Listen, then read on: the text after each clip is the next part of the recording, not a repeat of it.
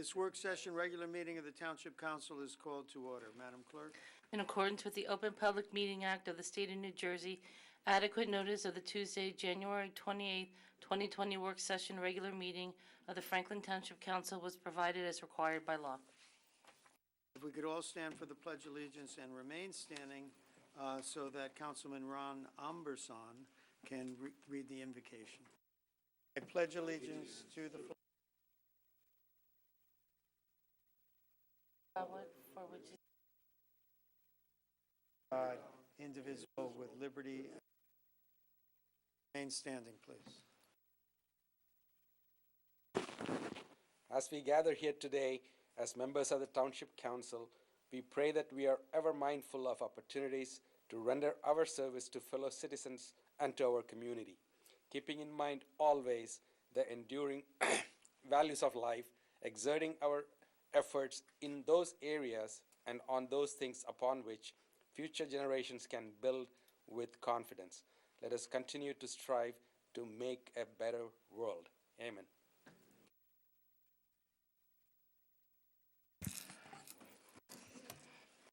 Madam Master Clerk? Councilman Embarrasson?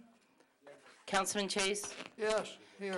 Councilwoman Francois? Here. Councilman Galtieri? Here. Mayor Kramer? Here.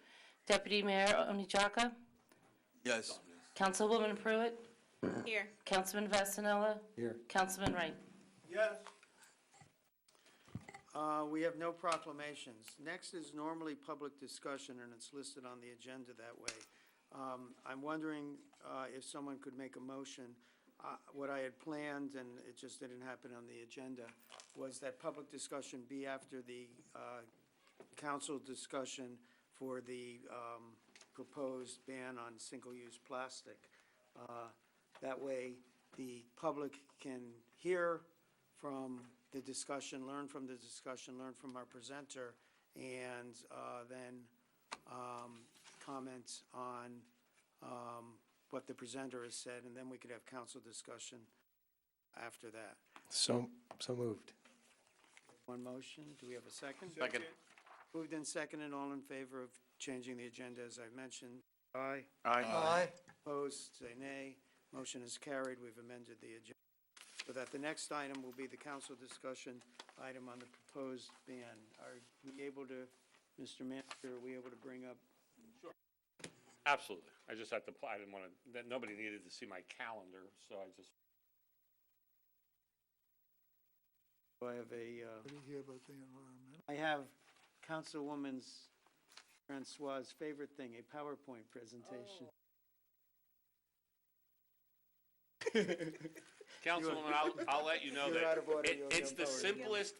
it's the simplest PowerPoint he's ever done. It's your calendar? It was my calendar. That's why I didn't think that everybody really needed Right, to see it'll only that. be an hour. It's 48 slides, with 5 sub-slides each. Officer, Lieutenant Rizzo, could you please shut off the lights? I think it's the far 4 that are the lights. No, I'm wrong. It's the near 4. Yeah, that'll work. That's There we good. go. That's good. That's the good one. So, sounds a little bit out of David Letterman, but the top 10 reasons to ban plastic bags, and credit where credit is due. It's from the plasticbagbanreport.com, and then hyphens with all these words, top 10 reasons to ban plastic bags. Next slide. So the top reason is the hazard to marine life, seabirds, animals, marine animals such as turtles and seabirds see these microplastic particles, so as the plastic breaks down, it becomes microplastic particles floating in the water, and think that it's food. Plastic cannot be digested, thus the plastic blocks the digestive tract, and the turtle and birds die from starvation because their food can't be digested. Plastic bags also kill our land animals. It's not biodegradable or degradable in the environment. It pollutes the oceans, rivers, landscapes. Over 46,000 pieces of plastic litter are floating on every square mile of ocean today. In Central Pacific, there are up to 6 pounds of marine litter to every pound of plankton. That was in 2006. so it's probably up by now. It contributes to overburden landfills, produced from non-renewable sources, clog stormwater drains. Customers tend to not recycle. Only about 12% of plastic carryout bags are recycled. Significant cost, it's a costly part of litter. It's consumed in extremely high volumes and disposable rather than. So it was because of these things that and because the state of New Jersey was going, well, the rumor was they were going to pass a ban, and legislators had told me that. I think in good, in good confidence that it was going to pass, and it didn't. I had said, let's wait until the state passes it. Why add confusion? But now I can't count on them passing it, so I thought it was time to step up. If you look in our agenda, the clerk has gone through the trouble of listing all the towns that have already passed it, and it's dozens, and a couple of dozen of towns that are passing it, but it hasn't come online yet. One of my main concerns, one of the things is that this is government interference in our lives, and I take that very seriously. But one of my main concerns is that some of the earlier ordinances that were passed around the country had unintended consequences. It winds up that people are using things worse than the plastic, or because they can't get these plastic bags, which they might use as garbage bags, they're buying thicker plastic bags, which are causing other problems. So I think we have to be very careful. I am a tree hugger, and I guess a turtle hugger, but Except in Catalpa. but I don't want to do it the wrong way. A short story about cigarettes. I think it was the 50s or 60s, they decided to put little holes in the cigarette paper right before the filter, so that you would get more air in with each puff and you wouldn't get as much tar in.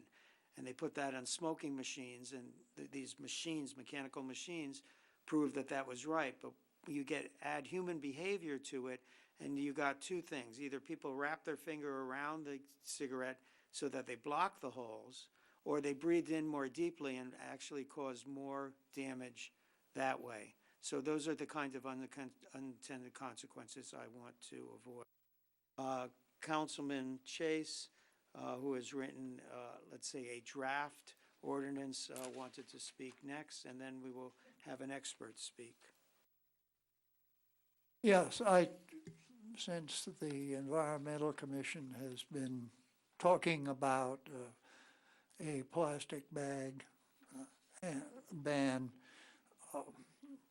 for some months, and Anjek has been talking, and you will hear from Deanie Checo of Anjek, talking about this for even longer, and many municipalities have passed a ban.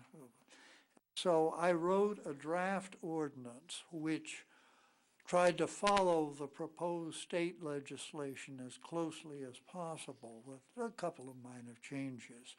And this would have banned single-use plastic and paper bags in groceries and plastic bags in all stores, as well as banning polystyrene foam coffee cups and other uses of polystyrene foam in food service, and even banning plastic straws, except you could get one if you asked for one, and this was some handicapped people needed plastic straws.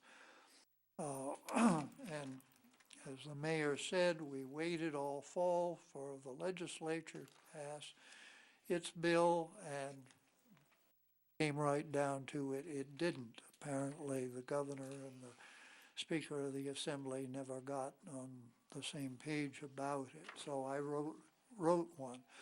But And you can get copies of it if they haven't been exhausted that were up here with the real ordinances that we're passing, but this is only a draft for discussion.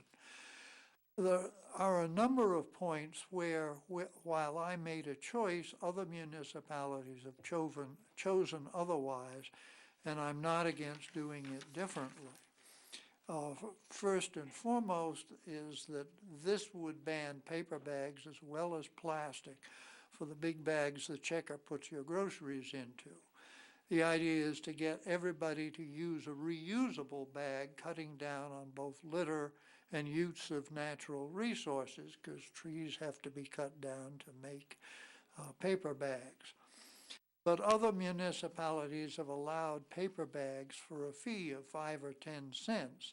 This still pushes shoppers towards reusable bags, but allows an alternative for when you forget to bring your reusable bag, and a way to get a paper bag to recycle your junk mail in.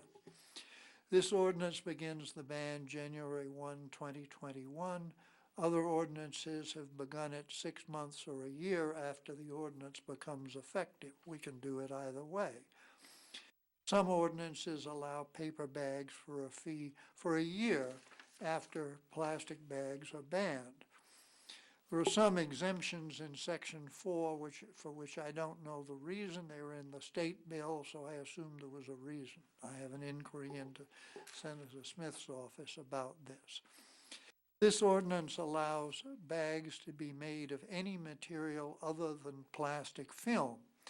Heavier plastic, most of the bags you see are of a heavier plastic with a stitched handle. And this is okay so long as it can be washed. So is cotton, although some complain that growing cotton requires a lot of fertilizer and water. There's nothing in there favoring biodegradable and compostable bags. Many people wouldn't have facilities to compost them, and they could still become litter. Bags made from recycled plastic would be good, but I don't know how widely available they are. And finally, enforcement still has to be investigated. The Somerset County Health Department, which inspects grocery stores and food services, is the obvious body, but they may not want to, and they wouldn't inspect stores selling only non-food items. But of course, it'll be obvious to the public whether any store is still using plastic bags. Many of our ordinances get enforced only because somebody comes and makes a complaint, and then somebody from the township goes out to see if it's so. So I just want to make the point that this is a draft for discussion, we can make changes. Thank you. So I wanted this to be as fair as possible, as open as possible, and educational as possible. I have my preset opinions, but I want to hear the opinions of others. So not only did I want the public discussion to be after the council the council discussion, but I informed someone early on, like a week ago, of this, who I thought would be in opposition of this, and invited him to find an opposition speaker. He was not able to get one immediately. That does not mean he won't bring one on later on. And I also called the manager of one of the Stop and Shops and of ShopRite, and I don't, since I seem to know everybody here, I don't see one of them here. So we are left with, again, I tried my best to bring in people who might be in opposition, but what we are left with, fortunately, is an expert on this, Andini Checo of the ANJEC, and please, she can speak. Good evening. Can everyone hear me? Yes. Okay, great. Thank you so much. Yes, my name is Nandini Checo. I'm with the Association of New Jersey Environmental Commissions, and I've been working on plastics ordinances and and teaching myself about plastics and the current state of where we are in New Jersey and around the world for the last 4 years. So I will do my best to answer the questions, but I want to first start off by saying thank you so much for Councilman Chase and Mayor Kramer for your leadership. I live in Somerset County. I live in Greenberg Township. And I'm just super excited that you folks are even considering an ordinance, because that you will be the first in Somerset County. There are many other municipalities that have passed ordinances, but this will be here, and hopefully that's going to start us off. I appreciate the slideshow that you gave, because part of my little spiel here was to give the high perspective here, high-end perspective of what's going on. I'm just going to share some new numbers from what I saw in the slideshow. First, I'm not sure where your data, how old your data is, but there's been a lot of changes because of the national sword policy from China and Indonesia and India. They're not taking our recycling. So recycling numbers globally have dramatically dropped to under 10%. And as far as plastic bag recycling, that's less than 1%. So the stats there are pretty dismal. I'm a mom of 2 teenagers, so I go into the grocery stores a lot. They eat a lot of food. So I'm always shopping. And what I've noticed is, probably because I'm just more aware of it, I notice it all the time that everything comes in plastic these days. And it's kind of sad, right? I see some heads nodding, sure. Even the fresh fruits and vegetables comes in plastic. So this has just become part of our lives. And so it's easy for us to kind of gloss over and go, what's the big deal? Why are we talking about a plastic bag, this small, thin plastic bag in this big value chain of what's going on? And the reason for that is because single-use plastic bags is the largest industrial sector, okay? So that's 36% of all the plastic that's produced goes towards single use. This is once and done. It's just one time. And the average time that people use a single-use material is like about 12 minutes. If you think about single-use water bottle, et cetera, they say about 12 minutes. And they say that the average American uses 500 bags a year. So we're in Franklin, according to the last census, you have a population of about 62,300, which you would know better than me. So I just multiplied that by 500 bags, and we're talking over 31 million bags annually just used here by the residents in Franklin. That's staggering. In New Jersey, we're talking about 4.4 billion that per year of just bags.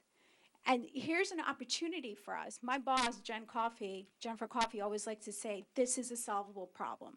And it really is, because this is once and done. We can figure a way around this. And I would love it if we can will people to make changes, but unfortunately, sometimes we have to have policy in order to move this forward. As Mayor Kramer alluded to, we've been working with the state for the last 4 years and trying to pass statewide legislation. It passed through the Senate, the last voting session, but it didn't go through the Assembly. It wasn't introduced. They have been both reintroduced already. In fact, this Thursday, there's a new bill number, S864, and Senate Energy and Environment under Senator Smith will have a discussion about the bill, which would be a statewide bill banning single-use paper and plastic, polystyrene food foam containers, and a limit on straws. Also, to clarify with the state bill, it's going to be for grocery stores that are 4,500 square feet or more. That's where it's a ban on both paper and plastic. And for a store size under 4,500, then the paper is free. And that was one of my questions Councilman Chase and I went back and forth on is, how many how many stores do you have in Franklin that are over 4,500 square feet? And that's another thing to consider. As there are many municipalities in New Jersey that have passed their own ordinances because they see the problems with localized flooding, poor contamination and recycling, and just the cost, how much it costs the municipalities to clean up storm drains and just the litter, all the problems associated with it. So there's 106 ordinances and counting that cover anything from bags to styrofoam, to straws, to balloons. And there's so many iterations and differentiations. There are some municipalities like Paramus. Paramus is bags and styrofoam.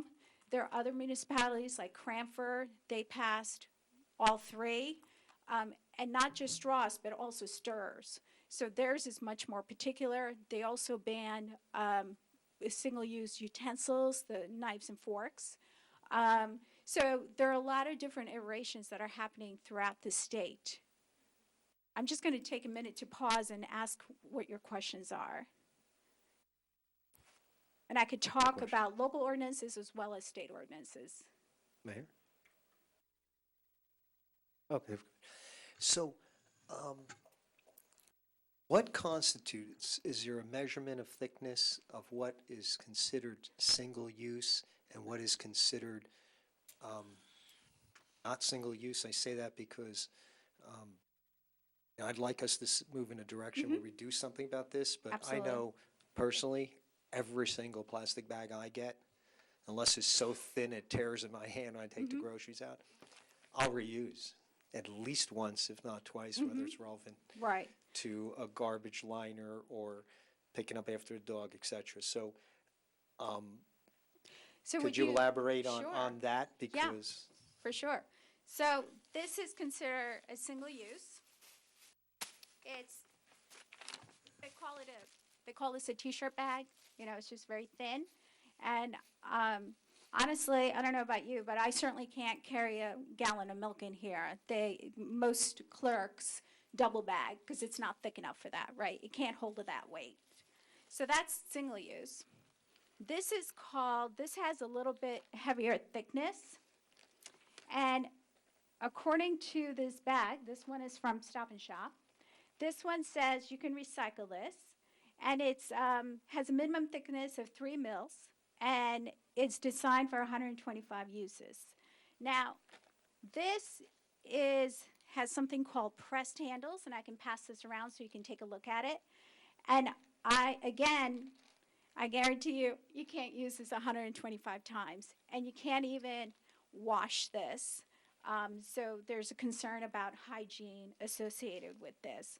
So a lot of people might get a couple uses out of it, and they still call this disposable and throw it out.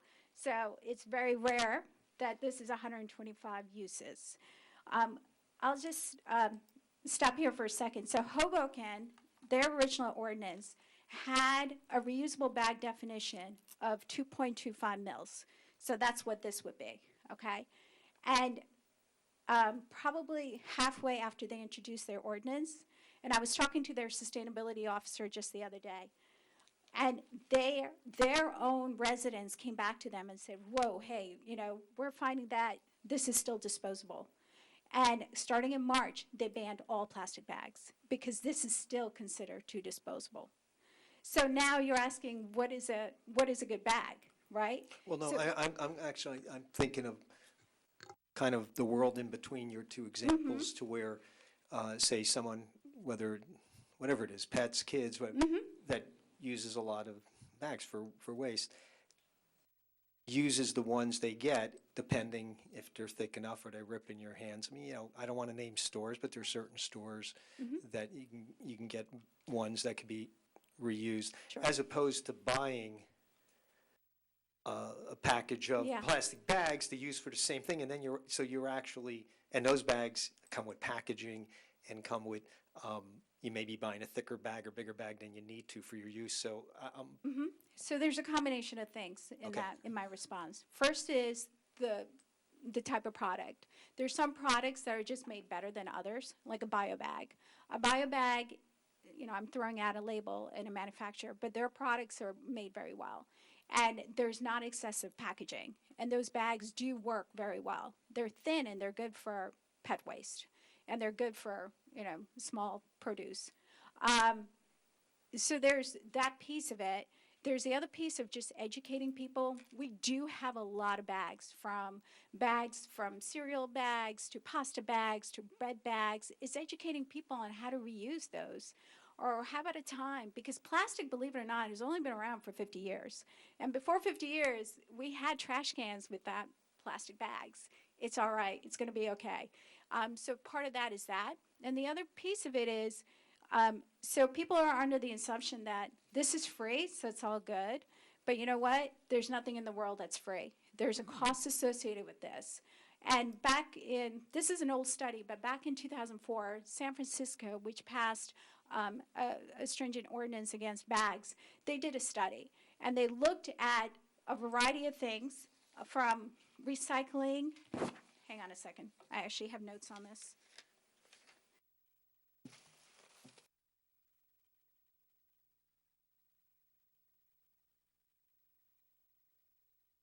Sorry, I can't find my notes. Here we go. So back in 2004, so they looked at what's the true cost of a single-use bag.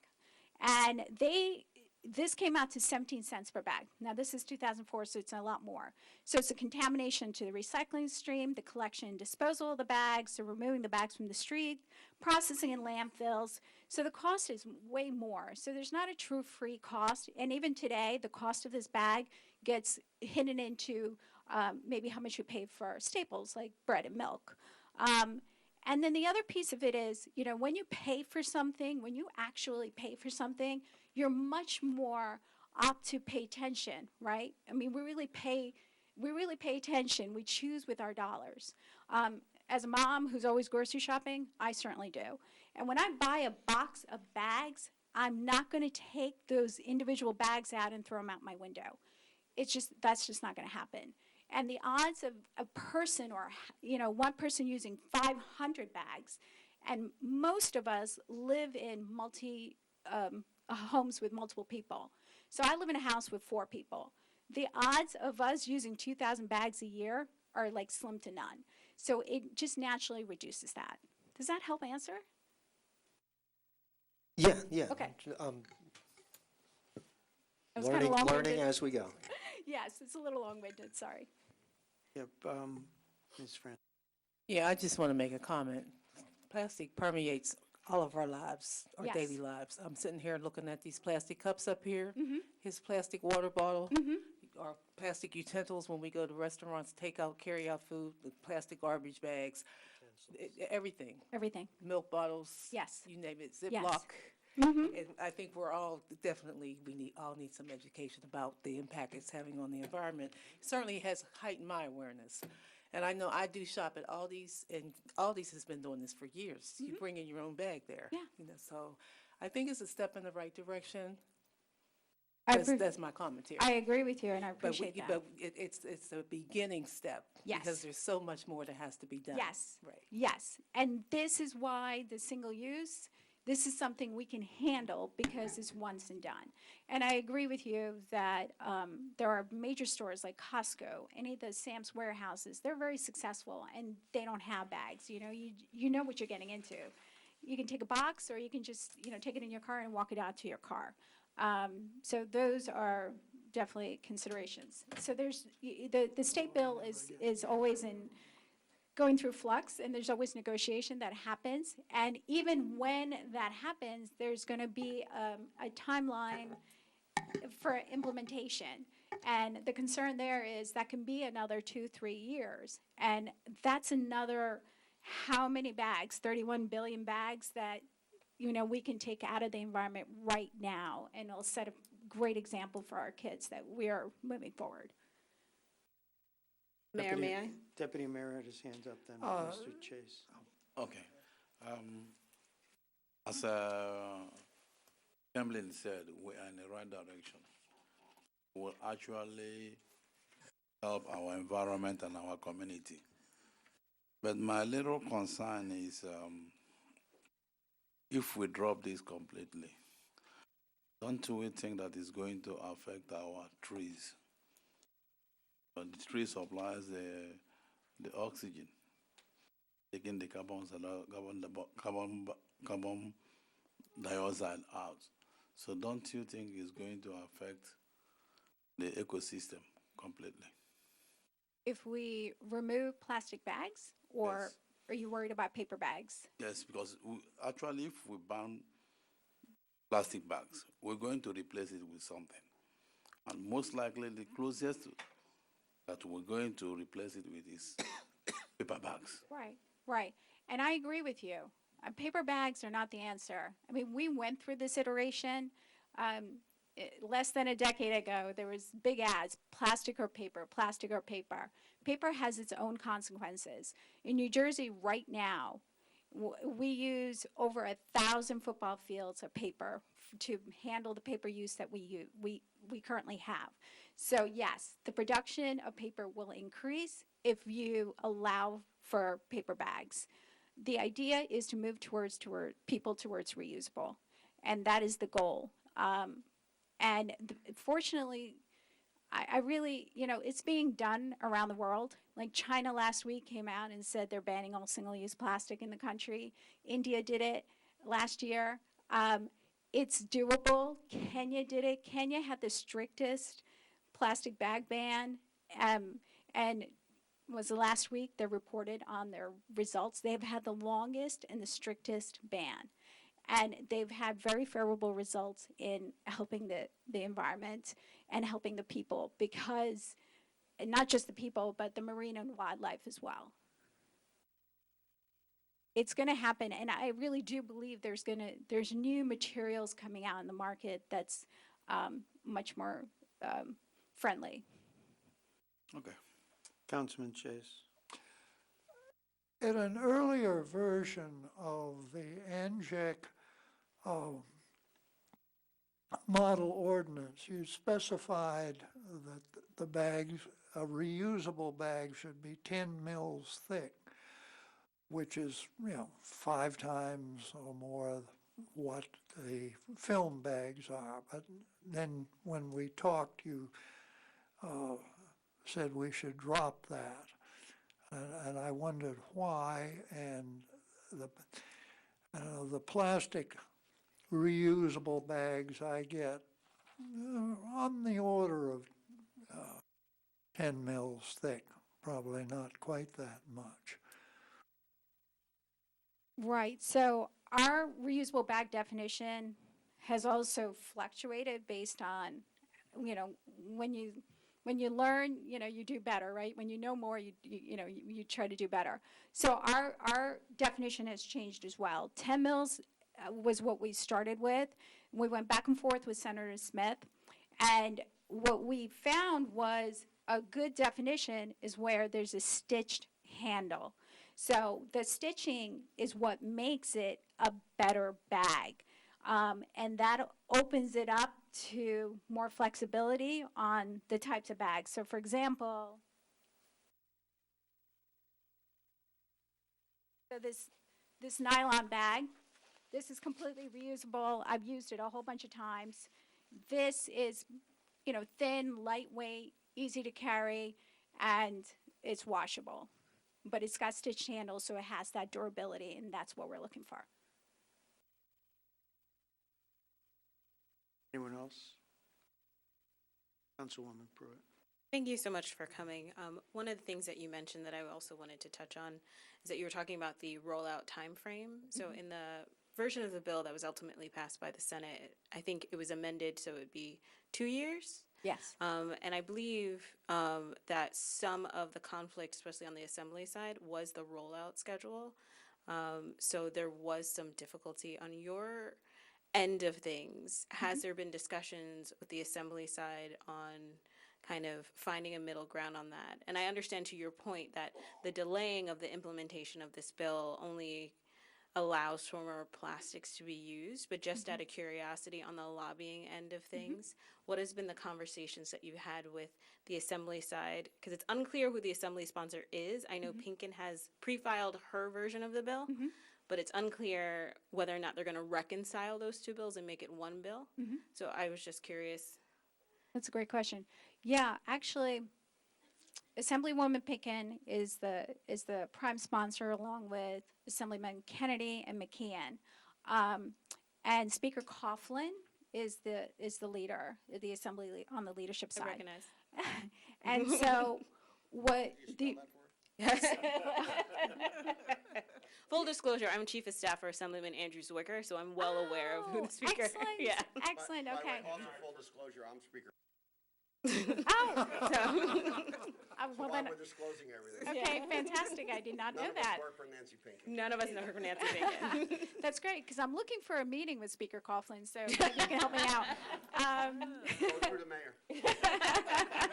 Give her a meeting. So so the original implementation timeline was actually 5 years, so that they settled on the 2. Yeah. Yeah. Okay. So so the 2 years is fine. There's no issue around that, the 2 years. The holdup was, the holdup as we understand it, was that they were concerned about the cost of reusable bags to low income. Consumers, low income Yes, consumers. so that was the concern. And the new iteration of the bill is that they're going to be looking to use Clean Communities funding to cover the education and the cost of it. And I wanted to bring up that point because it does segue into the idea that when we talk about banning these bags, we do have a socioeconomic component that we have to consider. It's easy for me to just be like, yeah, I don't need bags. I'll buy these really bougie, expensive, reusable bags and be cute. But I have a privilege to do so. So how are we also, as a municipality, thinking about residents that may not have that ability, and the idea of a tax, or not quite a tax, but a penalty in terms of paying for a bag hurts them. Right. So on that portion, I'll say a couple of things. Depending on some municipalities like Lambertville and Long Beach Township, the municipality used Clean Communities funding, purchased the bags, and actually did a household mailing out. So every household got like 2 bags or something. All right, so that's one understanding, because the Clean Communities funding is used for litter abatement, litter education, and using, giving out reusable bags as part of it. But the other thing is, honestly, I probably only need about 10 reusable bags. It's a one-time investment. Right. I've had the same bags forever, and it's a great opportunity for local businesses to put their names on Branding. these bags and give them out for free. So just as a side note, and I think that's very admirable that Lambertville did that.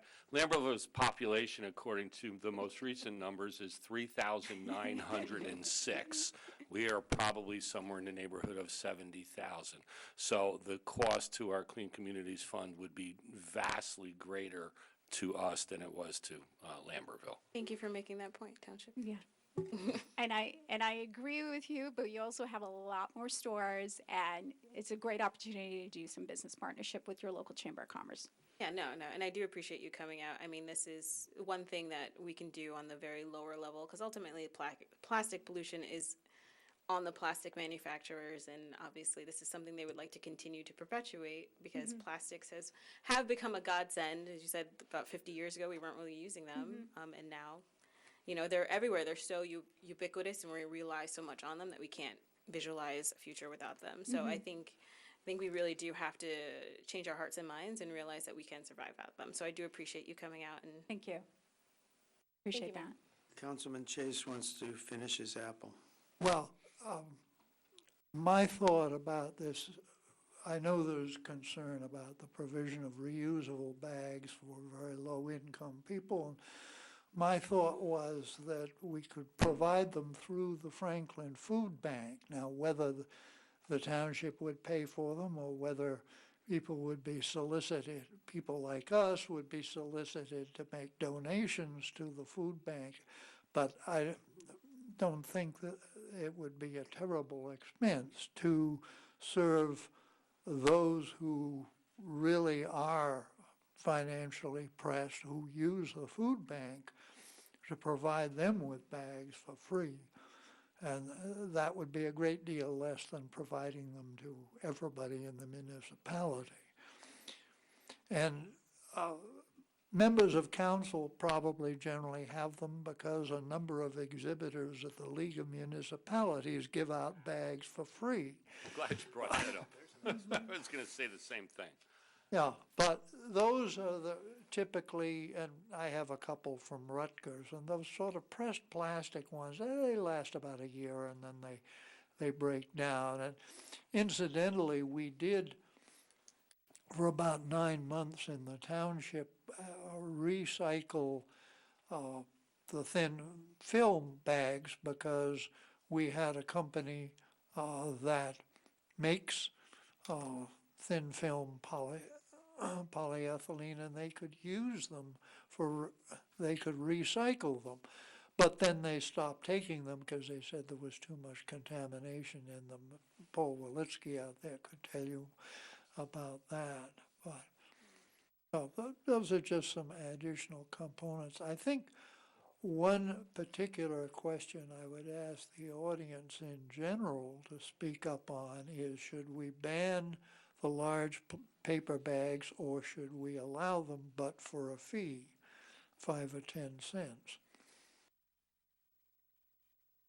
Anyone else? Counselor, you've written 2 ordinances at least, ordinances for 2 towns on this. Did you? The only comment I had, Mayor, and it's just an issue, and I just mentioned to you, is that the comments that we had when we adopted those ordinances, there were, I guess there weren't the issues as to the socioeconomic part of it, as to the expense of bags, but we did have a lot of comments from senior citizens. Because these bags, that while that may seem fine for the mayor, who's a young man, to put a bunch of groceries in and carry it out, my mother's 93. I have a member of council in one of my towns who's in her late 80s, and her objection was those bags are simply too heavy for her to carry groceries out in, so she's able to lift single bags, and it's just more convenient. But I didn't know whether or not, I know that it was in the bill that was passed earlier and vetoed by the governor, there was some provision with regards to senior citizens and exemptions, and I don't know whether or not that's been discussed anywhere. I know, by the way, full disclosure, in the ordinances, I wrote Atlantic Highlands and Long Branch. While I don't, Councilman Chase's form follows the state law, and it's awkward, the ordinances that have been passed have not had any provisions in it in regards to senior citizen. And by the way, I live in Atlantic Highlands, so I'm now seeing the effect of it now, and kind of happening real time in the food store. I was just curious as to whether or not there's been any mechanism in any of these ordinances to. I'm trying to remember, there was a conversation, I forget what municipality, that was looking to exempt senior citizens, but then there was an uproar because, like, what, just because I'm 65, I can't afford or carry a bag? So that was pulled back. There was conversation about SNAP participants, and I believe, and I have to check on it, I think Jersey City has an exemption for SNAP. And Newark was considering a SNAP exemption. So Newark initially tabled it for the same reasons Franklin did, which was they're going to wait and see what the state did. And the second that this bill didn't go through, we got a call the very next day. Hey, come back out to Newark. So they're considering it as well. Trenton passed their ordinance before this last in December, and they did not have an exemptions. They didn't provide any exemptions. I was just curious as whether anybody. Those are just, and I'm only giving you the benefit of questions that were raised at public hearings on ordinances that I've sat through so far. I hear what you're saying. You would just probably need more bags. So what we've heard is, in urban environments, a lot of people take buses. And you have to double or triple bag these things, and they still might not carry the weight. I know all of you have your own bags. You know from experience, you can take a whole bunch of groceries in a reusable bag versus a thin bag. So it could just be as simple as just needing more reusable bags for somebody that needs to manage the weight of the produce. I don't have an answer to. So what I was thinking was that, this probably be more appropriate through the Chamber of Commerce is, for instance, this bag has an advertisement on it. We could go to certain realtors in town, and they could buy 500, someone here is married to a wheeler. Sounds like a project for Bill Grippo. Yeah. Go to, a realtor could get 500 of these and donate them to Stop and Shop, and then you've got people walking around for 2-3 years with your picture and your realty phone number on it. There are other opportunities such as that. I guess what we're trying to do, and I have here a cloth bag, and I think it's a heavy-duty plastic bag. That's recycled polyethylene. And they're both stitched. And my wife has been using them for a while, and now I've absconded with them. And I think what our goal is these are now going to be in my car. So I'll drive home, and if she says, hey, can you pick up, I'll have them. And that's kind of the first step. And I think that's the behavior I'm trying to drive. And I totally agree with you, and I think that's a good component of your ordinance, which is education, because it's all about awareness, and that's key. And I just, Councilman Chase, your comment about the food bank, there are places like South Orange, and they have a great thing, take a bag, leave a bag. That's an option, and I know that there are other municipalities, the creativity has been through the roof, which I just love, where they take an actual T-shirt and they stitch them into make them into bags. So it becomes a community involvement to make these bags, and they're donated to the food bank. So there's a lot of different options out there. All right. One last comment, Mayor? Absolutely. In reference to what Mr. Raynon was saying, maybe they can go about it where, because, whether, I'm not suggesting, as I'm rapidly getting older, that anybody old can't carry things. Believe me, quite the opposite. But you do have people, young and old, Sure. that are handicapped or using a walker or wheelchair, whatever, is maybe they can have the exemption based on if you have your handicap status. The thing, and I want to move towards eliminating as much as possible, fully if possible, but you have people that, depending on how your mobility is, you cannot carry a bunch of those bags, literally in or out, and you still try to lead an independent lifestyle as much as possible. So maybe, I don't know if you're working with towns individually or you're lobbying with the state, but maybe there can be something that really does allow for the people who it could be a real physical inconvenience for, but not in a way that would be taken advantage or take away from the overall goal. The disability component of this bill, we didn't discuss it around bags, but I'll keep that in the back of my mind next time we're in conversation with Senator Smith. The disability component came in about the straws. The original bill. Oh, no, I know, and I'm Okay. familiar with that because I've been following this to some degree, but I'm just looking there and saying, Sure. and I'm thinking, especially since Mr. Raynon brought it up, carrying around a dozen of those bags, for most people, doesn't matter, but there are people that could literally be a hazard for, and I don't know what the, Yeah, I don't either. solution is. but Yeah, something yeah, that that's allows something for it. to think Right. about that hasn't been brought up by our disability advocates what? on this bill. Like the mayor said, I think all of us want to do something, just do it right. And we Right. don't want to waste time, but then again, you don't want to do something and have to go back and Right. figure out the solutions to issues. Sure, Right. I mean. Thank you for I- helping moving this Oh, sure, it's along. it's my in it's general. my pleasure. So for Thank you. our last comment up here, Mr. So thank you, Mr. Mayor. I just a couple quick comments, and I know Councilman Chase brought up the bags that we get for free when we go to conferences, which clearly indicates that there's not a great expense. I did just a little quick research while I was up here. Anywhere between 50 and 70 cents a bag for imprinted, so probably a little bit less. Based on volume, you could probably do it for a little bit less per bag. So figure somewhere between 40 and 60 cents a bag, depending on size and the composition of the bag itself. So certainly it's not some astronomical amount of money, so we could consider those expenses down the road if you were looking to supply to a certain segment of the population.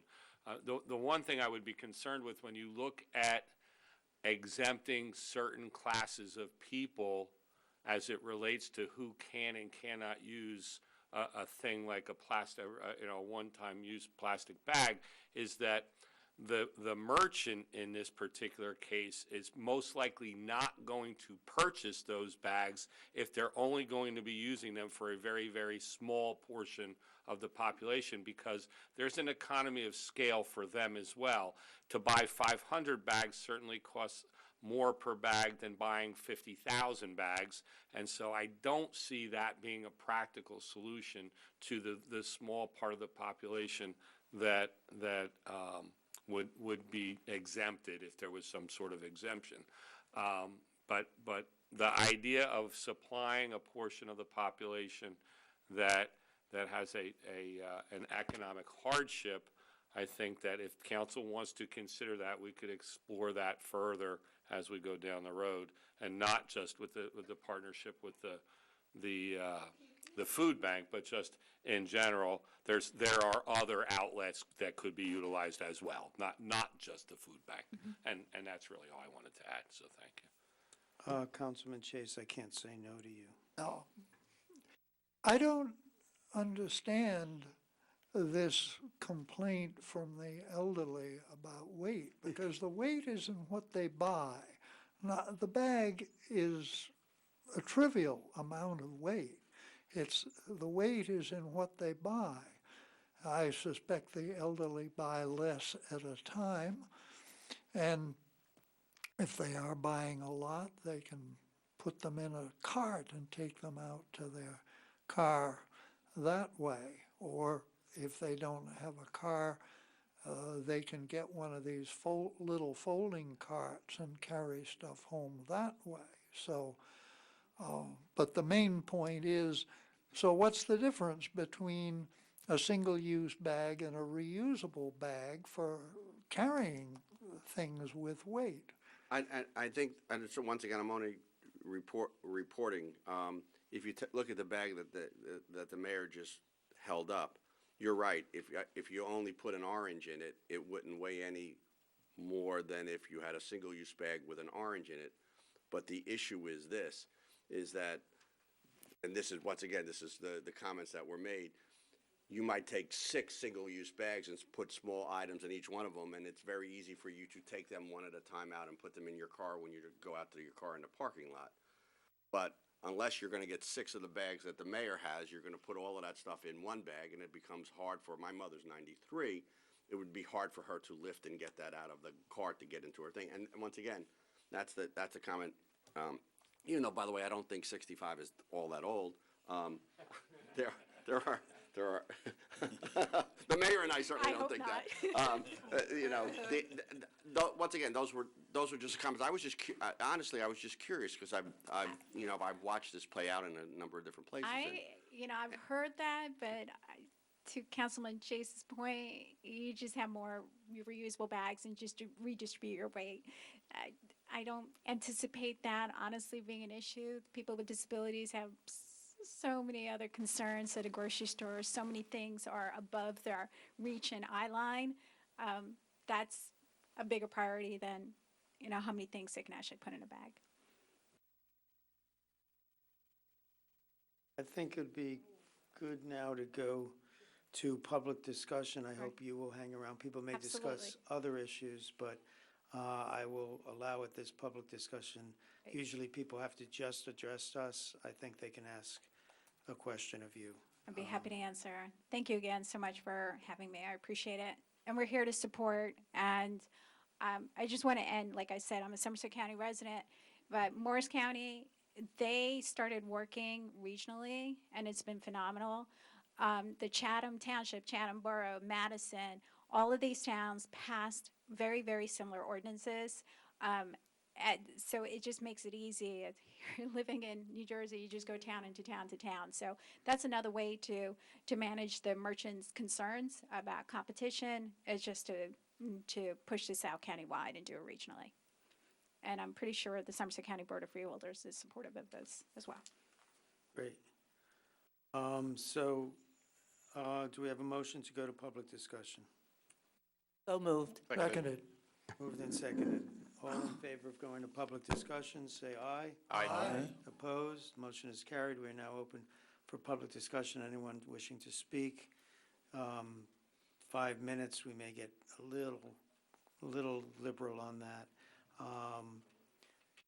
No yielding of time, may only come up once. State your name and address. Benjamin Guy, 35 Patton Drive. There's two things I just want to, three things I want to make the council aware of. One is on February 1st, the Somerset Black Caucus is actually having an event at the Senior Center. If it wasn't announced already, it's open. It's pretty much a Black History awareness program that's actually going to be going on at the Senior Center. The direct address I don't have it exactly, but it's in the town complex at all. 505. 505. So I was about to say 475, but 505. 505 at all. Pretty much I think it's from 12 to like 2 p.m. on 2 to 5. Sorry about that. 2 to 5 on this Saturday at all. And then also I just want to make an announcement because I just got the information from it. The actual Franklin Township PTO and for the middle school and the high school is actually doing a tricky tray on March 7th. I think either Bill Grippo or somebody else will come out probably in next month to announce it. But if there's any companies or donations that actually want to be involved with the tricky tray, that is something that is for the kids at the middle school and the high school. They're actually involved with that. So if you know any businesses, realtors, or anybody else that wants to do donations to that specific event, it's a good event for outreach for the community itself. My personal things that I actually want to address and actually get some input on. One is I always come up here every month, regardless of whether or not we get an update or not, is ask about the youth center, just to see where we are and what we're doing as far as updates is concerned. Because we had the holidays pass, we had a reorganization meeting that was happening. So I just want to get back to business and actually see exactly where we're at with that. I'd like to know that specific update and see if we can make progress updates every month on a continual basis, maybe on a project board or anything else that's outside, so that we can actually keep everybody involved and keep everybody aware. Because as we put the information out there, we need to make sure that the kids stay engaged, because as we go into the spring and summertime, and we're actually looking for things to outreach and input, those are specific things that we need to stay ahead of rather than behind. So those are specific things that I actually want to keep abreast for what's going on in the town. The second thing is just because I know that council sits on multiple boards, and I just need to know which person besides this, and Mr. Vornlucker can point it out, who sits on the Economic Development Board at all, on the account council at all? Mr. Chase, and okay. No, it's myself, Councilman Bassanella, Councilman Rom. I'm Just say Rom. Just say Rom. I Councilman understand. Ron. We know where it is. I don't want to keep butchering his name until you get used to it. I'm Barasan. Okay. And who's the other one? Yes. And Councilman Chase. Yes. So I just want to make sure that because the reason why is because as the census comes out, and I just want to make sure that the Human Relations Committee that actually is helping out with the census that is out there, these are things that we actually, once the data comes out and everything starts going about, we start talking about what do we need to do going forward with the town. Because as we're starting to put out, I guess, our master plan and everything else going forward after the census is done, and we know exactly how much what numbers we're actually planning for, we actually need to know where we're going to start trying to put allotments and filling out for different grant proposals or readjusting our budget accordingly based on when we get our total population number of what we're going to be designated for going forward at all, resource-wise. So those are things that I just want to point out, just to say that we want to keep ahead of those things in specific areas, especially in Fourth Ward, Carl, just to make sure that we keep abreast on what's going on there as far as that area is concerned and making sure that that's counted. So again, for my local area, as far as fourth, fifth wards that are actually there, I just want to make sure that they're counted very, very heavily. And if you need help as far as assistance in getting the word out, I will make sure that my organizations and my people actually help you out with that specifically. Thank you.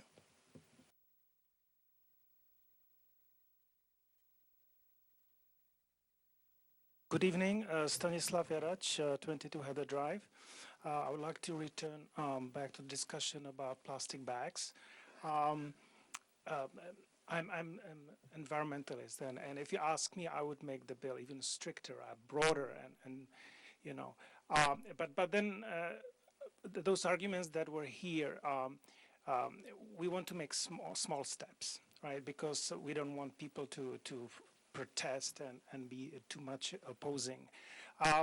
But my 2 cents is, I think we need to look into the plastic bags, disposable plastic bags, and disposables in general in broader context, and particularly from the historical viewpoint, because the disposable plastic bags is an innovation of last, I don't have the number, maybe 5, 10, 20 years, right?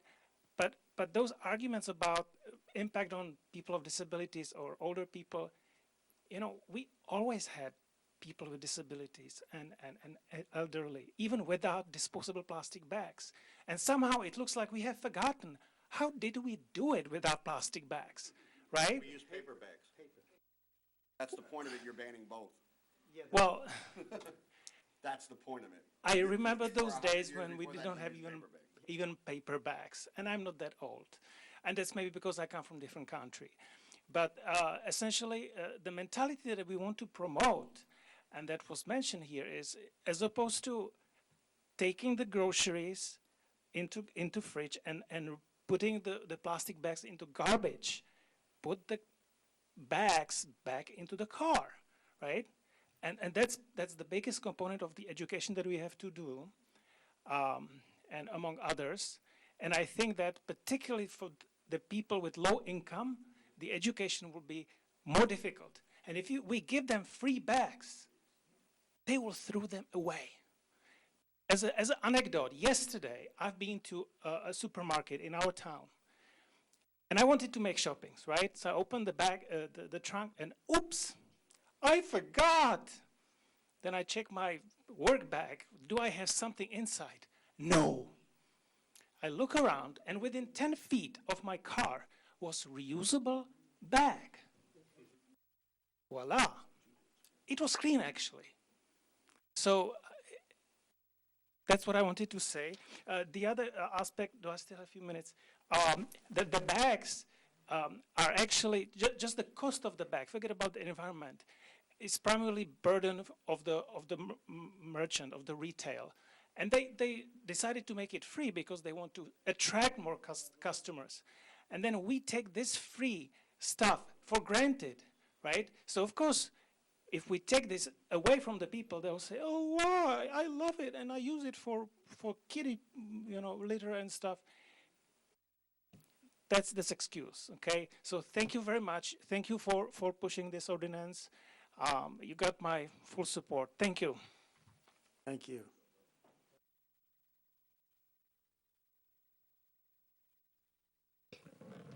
Good evening. I'm Manija Sabah at 146 Emerson Road. I wanted to thank you, Mayor, for bringing this proposal in. If I hadn't, Councilman Chase would have been right there, so I was just beating us to the punch. Yeah. But actually, I feel privileged and very proud to be in some Franklin Township where environment has been a concern of everybody, especially with the compressor and pipelines and everything else. So I feel very good about it. And I always advertise Franklin Township and Somerset to other people from outside when they talk about New Jersey.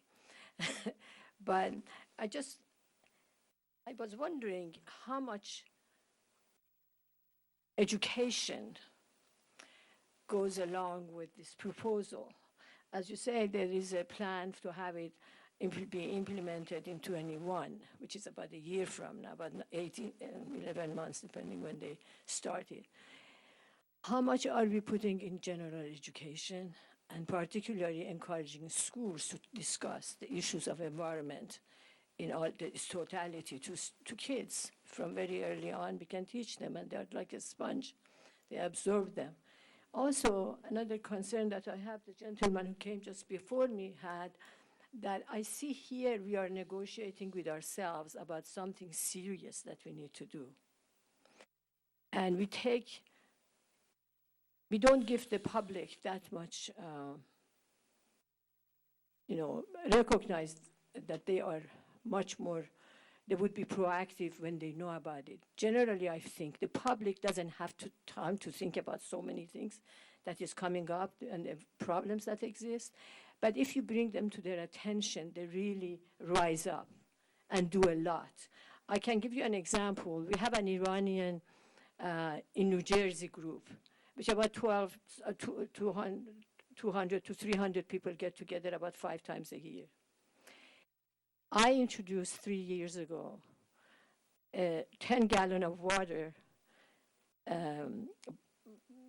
container, and I said that I bring the water to all the events, public events that we have, that people get together, and we don't want any plastic bottles, and we don't want people to bring water, and they bring in their own,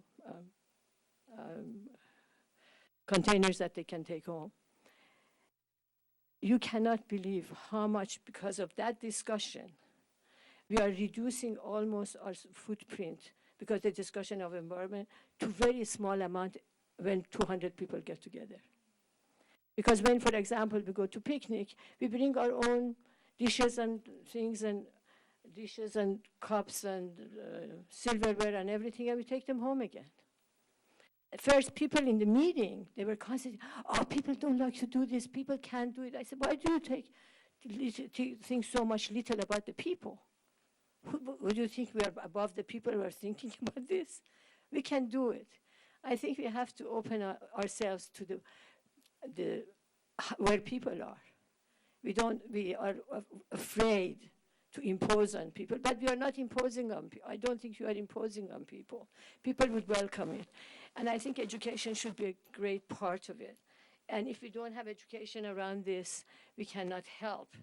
But this education has come much, when we plan this, wherever we want to start it, right away we have to start having been talking to schools, to all the places that is possible, to educate the public about this.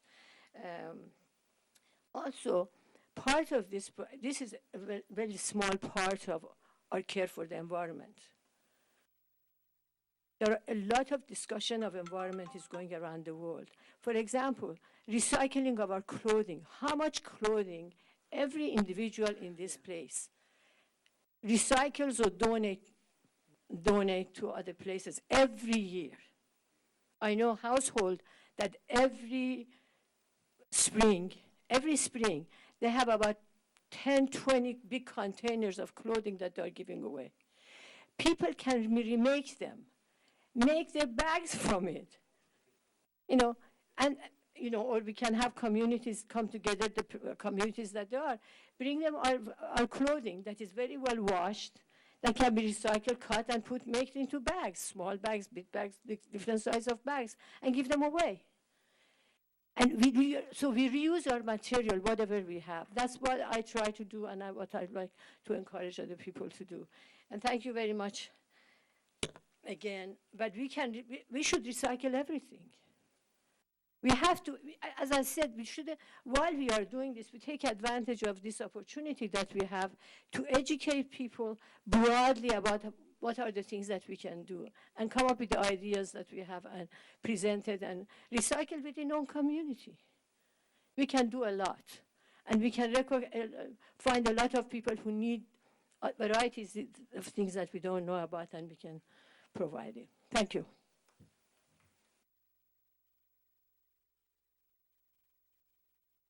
Anyone else? Speaking for our senior community Than you. by about an Yes, inch. sir. Yes. Arnold Schmidt, 134 Hickory Road, Somerset, and I am a senior, yes, and retired. Proud of it. So much to say about this and not a lot of time. I've shared my comments. Well, first of all, Councilman Chase prepared this ordinance, and he shared it with people on the Environmental Commission, and we've made comments back and forth. I've made several comments, and I'm going to address some of those. Also, Monday night here, at 7 o'clock, the Environmental Commission meets, and that'll be the main topic of discussion. So for anybody that wants to come and sit in and make comments on it, they can do that. So first, I would remove the word. I'm just going to touch on a couple of things, the comments that I've made with the rest of our group. First, I would remove retail from the ordinance. I question why a wholesale store should get a pass on this. The word retail in the ordinance is a loophole for existing or future wholesale type stores in Franklin. This may have changed since my last review, but I believe Bob Smith's Senate Bill 2776 does not use the word retail. I would consider adding non-recyclable plastic dishes and plastic cups. We can be a leader in that respect. There are already non-plastic alternative products being sold on the shelves of many stores, recycled paper and cardboard, compostable products. You go to a picnic or a barbecue and you look in the garbage cans afterwards and they're all filled up, and just about most everything that you see in those cans are plastic cups and plastic plates. And we can do without those.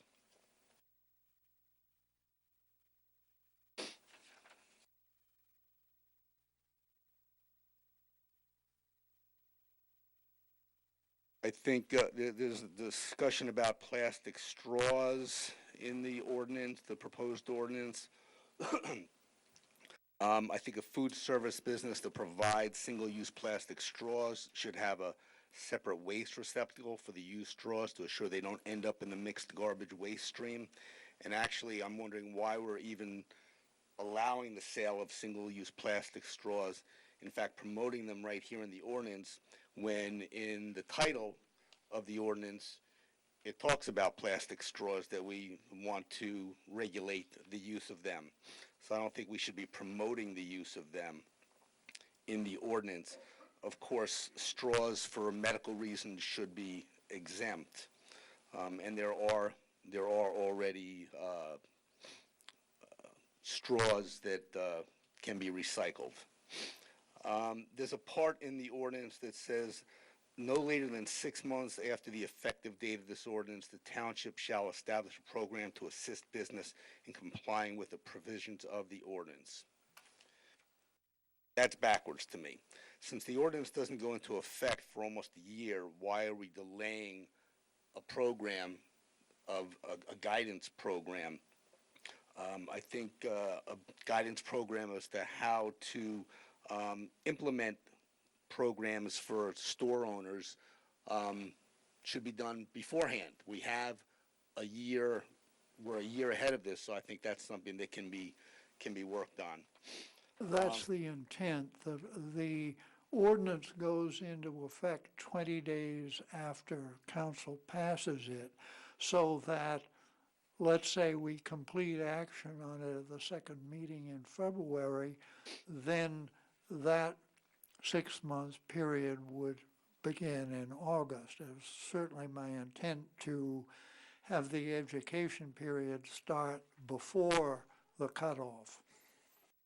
I also think I know that Councilman used the state law as a template.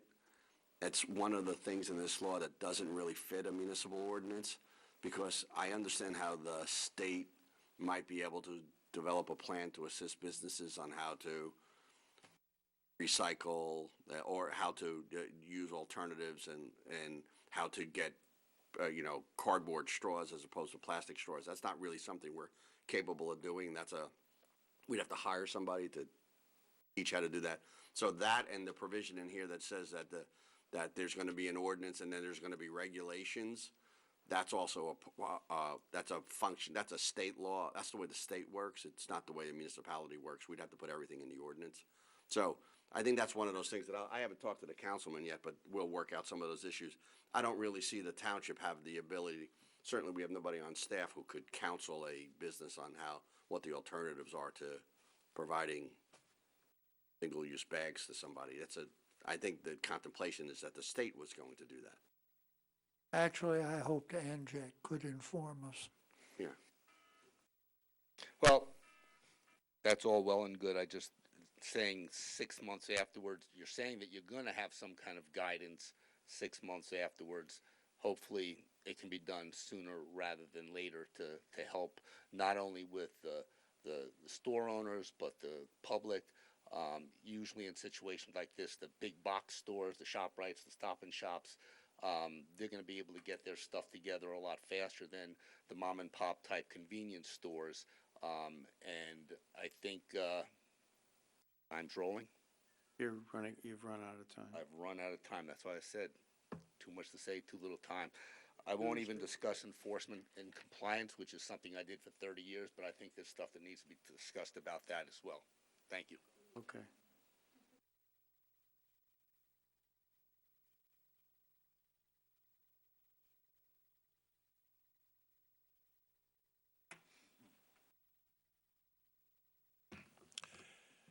Are we okay there, clerk? Johnny's Tips,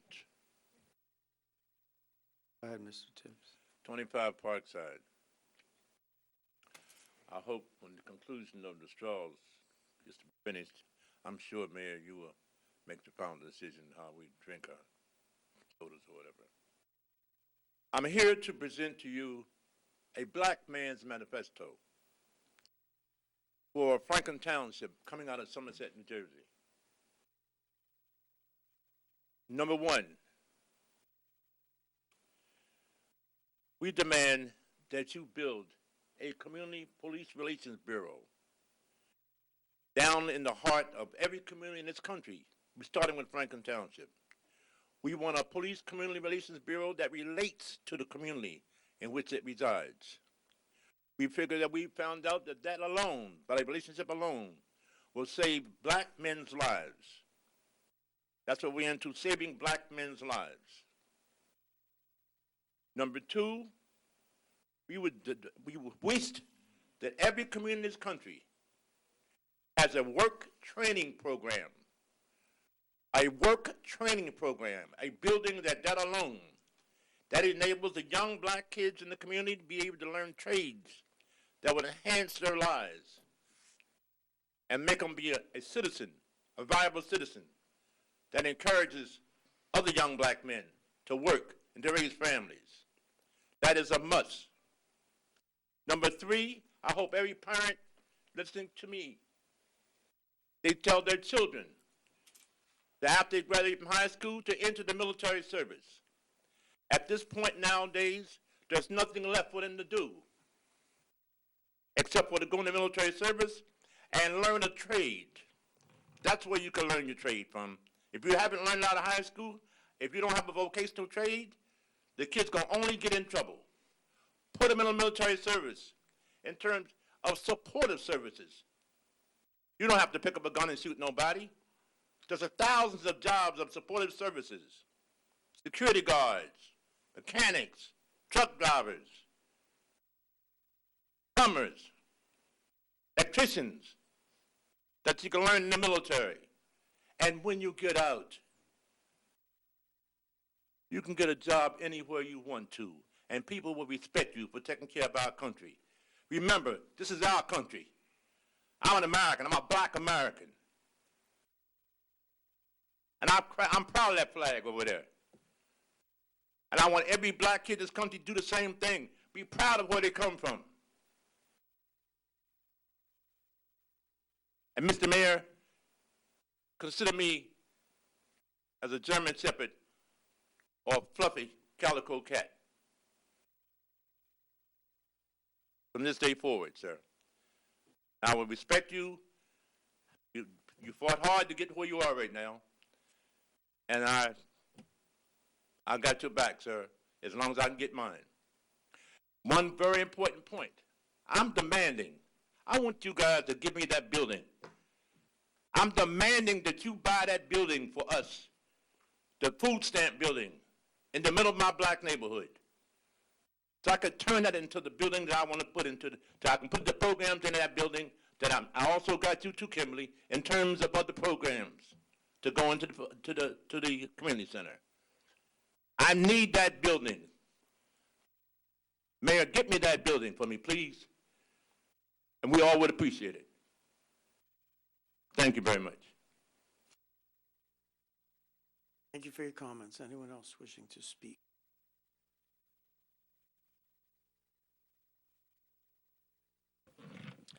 Linda Powell, 22 Buffett Drive. I'd like to speak personally for a moment on behalf of myself and my husband. We extend our heartfelt thanks to the community for all the support we are receiving and have received since the death of our daughter and her two friends in an auto accident on December 20th. We're very grateful for the outpouring of all kinds of support from the community, so again, many thanks. In terms of my role as a task force member, a Franklin Township task force member on the Northeast Supply Enhancement Project, as you know, on November 26th, Williams Transco withdrew all their applications in reference to Section 401 of the Water Quality Certification and permits pertaining to freshwater wetlands, flood hazard area, coastal wetlands, and waterfront development from the New Jersey Department of Environmental Protection, which I will now refer to as DEP. Williams Transco submitted new applications for the NESI, the Northeast Supply Enhancement Project, which I will refer to as NESI Project, to the DEP on January 21st, 2020. The DEP has 20 working days from the receipt of that application to issue their decisions. So that's by February 18th, whether it is technically and administratively complete. There will be a 30-day period after the receipt, after the applications are published in the DEP bulletin, which was expected to be published on February 5th, to ask for hearings and submit comments. And we're going to have to submit the comments as if these are brand new applications. We've heard from the NJDEP that they are especially interested in the impact that such a project will have, the proposed compressor station, on the health and safety of people in Franklin, so they definitely want to hear from us. So that, you know, we will be posting things on our website. So again, look at scrap-nesi.org. That's scrap-nesi.org. In terms of the plastic bags, I just have a couple comments. I'm in support of the ban and of paper as well. I know I'm not 93 years old, but I'm not physically that strong, and I know when my husband goes to the supermarket, he brings 2 bags, I bring 6, and I just don't have them filled up that much. And I don't see any advantage of smaller plastic bags if I was using a walker or people on a wheelchair. You know, in fact, there's probably an advantage to some of the reusable bags because you can tie the handles much more easily. Some of them even have snaps on the handles. And the other thing that I had heard from someone who knows a lot more about it than I do is that almost anything that's made from plastic can be made from hemp and probably from bamboo. And those things would take carbon dioxide out of the atmosphere when they're growing. So maybe we should think about planting some of those things and starting some industry here in town. Thank you.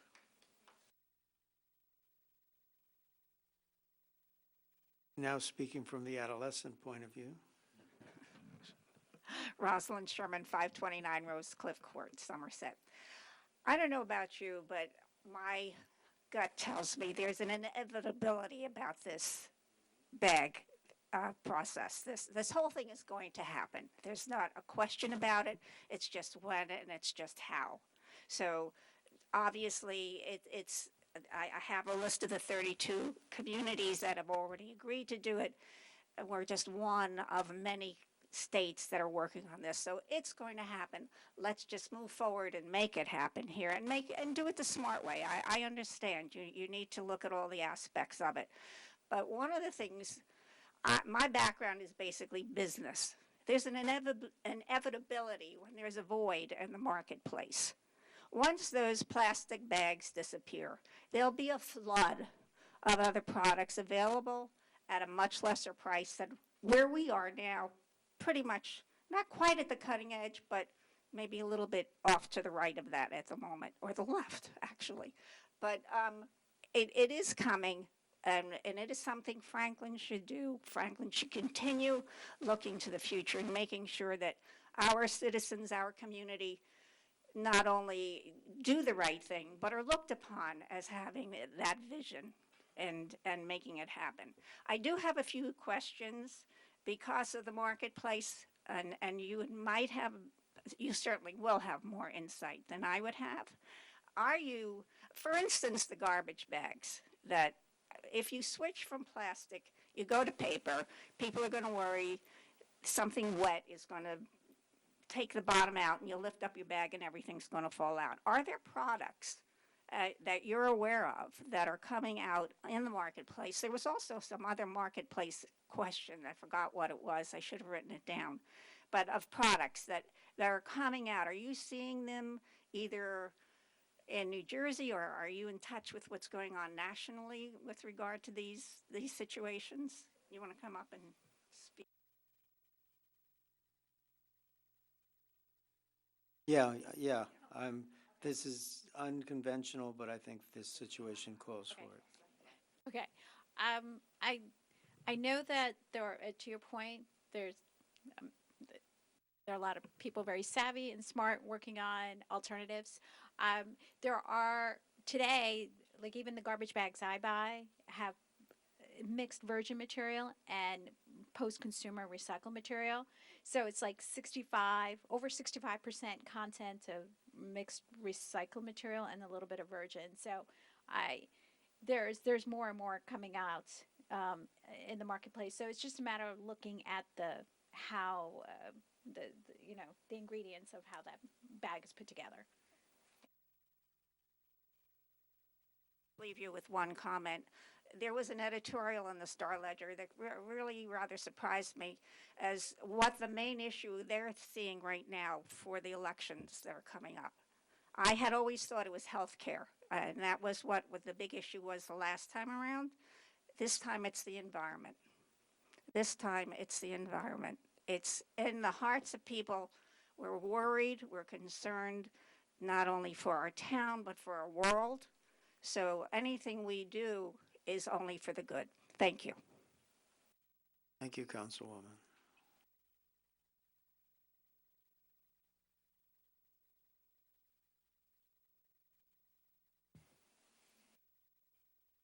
Skip Schaefer, 2-Layer Terrace, Somerset.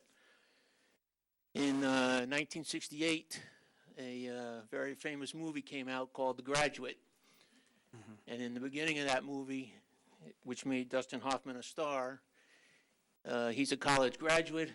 He has no idea what he wants to do with his life. He's floating on a floating device in a pool.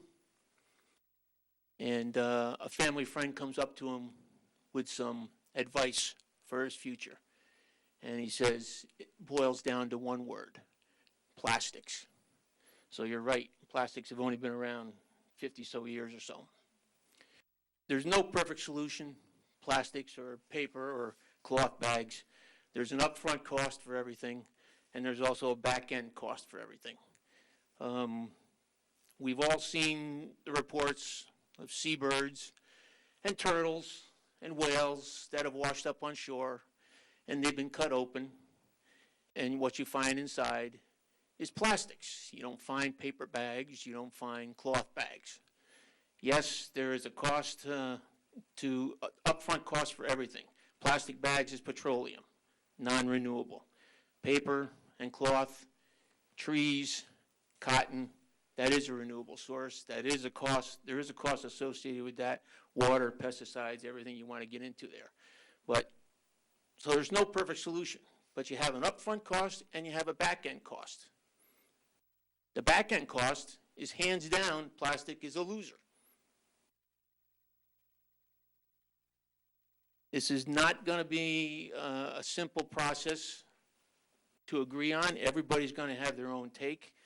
It's going to be a long process, but there's an old saying that a journey of 1,000 miles begins with a single step, and you've got to start somewhere. And if it's with single-use plastic bags, then that's where it starts. There's also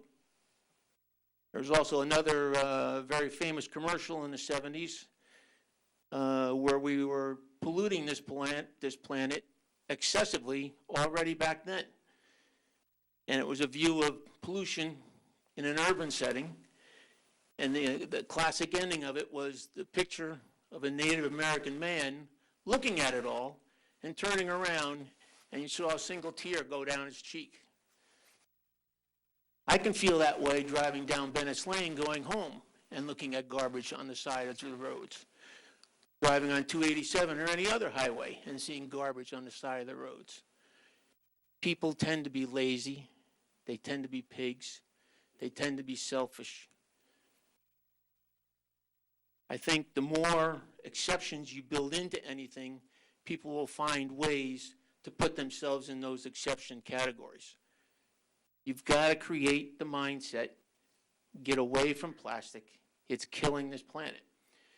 And plastic bags, a good first step, a good start. And if it just gets people into thinking more and more about recycling the other plastics that we can't avoid using, such as the plastic water bottles and the plastic food containers, how many of those get thrown out? But if you start changing the mindset, and you've got to start somewhere, people will start recycling more of those materials. You just got to start building the mindset and building the habits. There's no perfect solution. So, let's not get after each other. You're right, you're wrong. But there's a cost on the front end and the cost on the back end. And plastic, the cost on the back end is a lot more than paper and cloth. Thank you. Anyone else wishing to speak? Mayor, seeing no one else come forward, a motion to close the public portion of the meeting. Moved and seconded, all in favor, say aye. Aye. Opposed? Motion is carried. Now up for council comments. May want to stay to hear comments from council, which may educate you about how the council thinks, but you're, of course, when you want. We'll start with Councilman Amberson. Love that.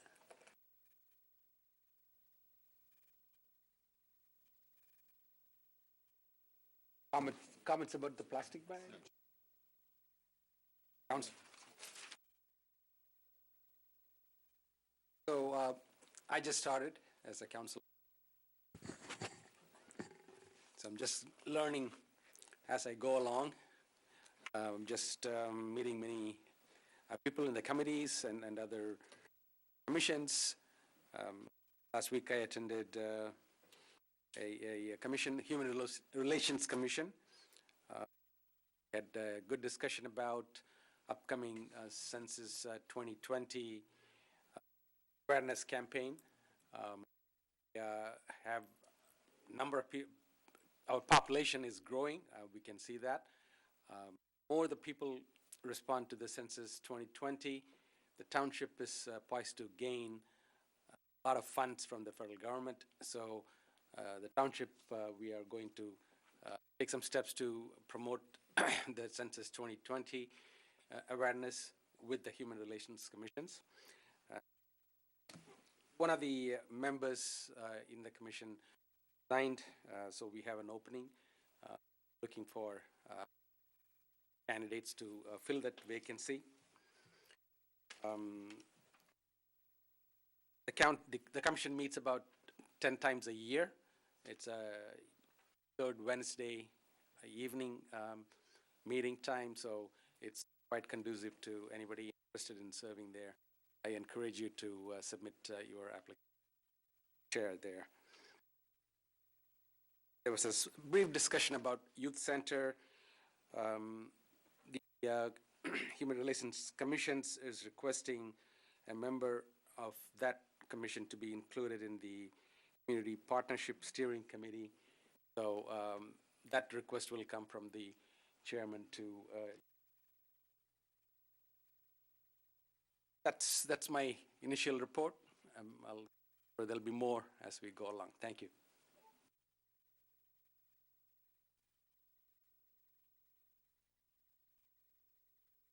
I'm sorry, I'm trying to prepare my comments. Councilwoman Pruitt. Thank you. Thank you, Mayor. My comments will be brief. I had Advisory Board of Health.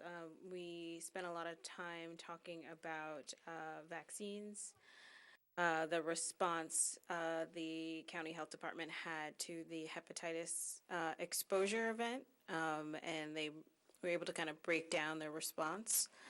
And we spoke a little bit about vaping and also discussed moving forward how the advisory board is going to approach its task. I've also had senior advisory. The biggest thing that I can report out to that is that they are actually going to be putting on a talent show. So it is Forever Franklin 55, Seniors Got Talent. So I encourage you, if you haven't done so, go to the Senior Center and register. There is a limited amount of attendees due to spacing issues. I will also be a judge, so I'm pretty excited about that. So that is occurring February 28th. You'll have to excuse me, I don't have the time, Manager. Doors open at 4, begins at 5. All right, thank you. And, you know, excited to be back and looking forward to working for you all. Thanks. Thank you. Councilman Vasanella. Thank you, Mayor. So I attended quite a bit of meetings in the last week. We had Public Works, Economic Development, Land Use. I believe some of my council colleagues on the other end there are going to report on these individual committees. The one thing I did want to mention is, although the exact figure hasn't been worked out, there will, hopefully, tentatively, it's already there, large allocation to start really making a difference in the Hamilton corridor, having to do with long overdue infrastructural upkeep and upgrades, having to do with curbing and sidewalks and drainage, et cetera, et cetera. It will be a multi-year project, but just to let you know, we covered it in Public Works, and I understand the Financial Oversight Committee is working and also trying to have a significant amount in the budget to deal with that. I love the word recycle, but a word I like as much, and I think maybe could be part of this whole, I'm going to say, new energy and movement towards with the plastic bag ban, not to dismiss the importance of that at all, but reuse. I know economists and Wall Street may not like this, but stop buying things you don't need. I use every worn out sock I ever have had as a rag, as something else multiple times, wash it if I can and use it again and again for a rag. I have pieces of wood literally 50, 60 years old from my father, long deceased, little pieces that I'll use and not run to Home Depot because I love Home Depot, but you save on the gas, you save on everything. I don't mean just the money, the environment. Clothing, it was brought up earlier. So I'm not going to go down the laundry list, but you know, part of it growing up with a father who was a small child in the Depression had something to do with it, but also just being self-sufficient and not having to run out every time you see something new and buy it, whether it's a cell phone or a rag or anything in between. There's so many things that we discard so often. And if you do want to discard it, there may be a neighbor, there may be a charity, there may be somebody that can use it. So it's just unlimited the amount of difference that we can make. So I'm really into this plastic bag thing, but I'd like to try to get some education and chatter and talk about all these other avenues that I just seem like missed opportunities every single day of our lives. So anyway, thank you for coming, and thank you for the comments out there. And we can make a difference, and we have almost 70,000 people, if not more, after the census, so we can make a real big difference in this state. Thank you, Mayor. Thank you, Councilwoman. Councilwoman Francois? Is that what you said? Yes. Oh. Okay, I was just making sure. Okay. Okay. I could mispronounce it. Yeah, it's okay, it's okay. Councilman Amberson, I got it. Okay, I want to say Franklin is the future. We are the future, and I like the discussion that came here tonight. I think we're heading in the right direction. It brought me back to a television commercial that I saw not too long ago, and the television commercial showed in the year 2050 that the ocean floor was going to be aligned with nothing but plastic, and they showed the plastic bottles on the bottom of the ocean floor. It was such a drastic visual that I think the comments here tonight about education is the first part, and we all can do more. And certainly, I know I'm a big culprit with bottles of water and Ziploc bags and different bags that I use for different things. And so I after seeing that commercial, I said, you know, the future starts with me. So there's a lot that I can do as an individual, and we'll have to continue to educate the community and provide more and more increased awareness. So Franklin is the future, and I think we're going in the right direction with this. I just wanted to make one comment about the youth center. The soil is being prepared. There seems to be some level of No, it's all taken care of. That's actually not an issue. So the issue that related to the soil is that the compaction of the soil is the ability to compact the soil is insufficient for the slab that needs to be built. So we'll have to remove soil, which has now become no issue whatsoever. We have a location to remove it to, and it'll be replaced with gravel in place of it. That's a much more conducive material to build the slab for the foundation. Work is continuing. It should not slow us down at all. This information is stuff that I got today. So, okay, so the issue with the soil is so the issue with not the an soil issue. is there is no issue with the Okay. soil other than the fact that it's not compacting sufficiently enough to build a concrete slab on top of it. So we need to strip it out where in the footprint of the building. That'll be removed to the Middlesex County Utilities Authority is going to take the soil, and we're going to bring in suitable material to replace the soil, and then we won't have to worry about settlement and cracks in the slab once it's built. Okay. That's really all that's come down to at this point. That's good news. That's good news. I'm glad to It hear is that very good update, because the last one I heard Yep. was a little different. Okay, then once the soil is removed and installed to correct the compaction, then the contractor is going to pour concrete for the walls of the building, and then at some point prepare to pour concrete for the foundation. Road drainage has been installed. An old septic tank has been removed, and an active sewer line in adjacent homes has been relocated. So the construction is pretty much on schedule. With the global warming, we haven't had any snow this winter so far. Oh. You just jinxed us. I didn't jinx anything. It's a fact. It's a fact. We haven't had any snow, and so the construction has been on If schedule. it snows this decade, it's Councilwoman Knock on wood. Councilwoman I didn't say it's Francois. never going to snow. I said we haven't had any snow. What did I say? Okay, never mind. It's I know we need snow, but we haven't had any snow, and so that has allowed the construction to continue on schedule. That's all I needed to say, Mr. Mayor. I think I've said enough. And I was out of order. Councilman Wright, what the heck? Thank you, Mr. Mayor. First, I need to say this because we've had an issue in the Fourth Ward. No. It's not an issue in the Fourth Ward. We've had some serious violence in the Fourth Ward in the form of shootings, and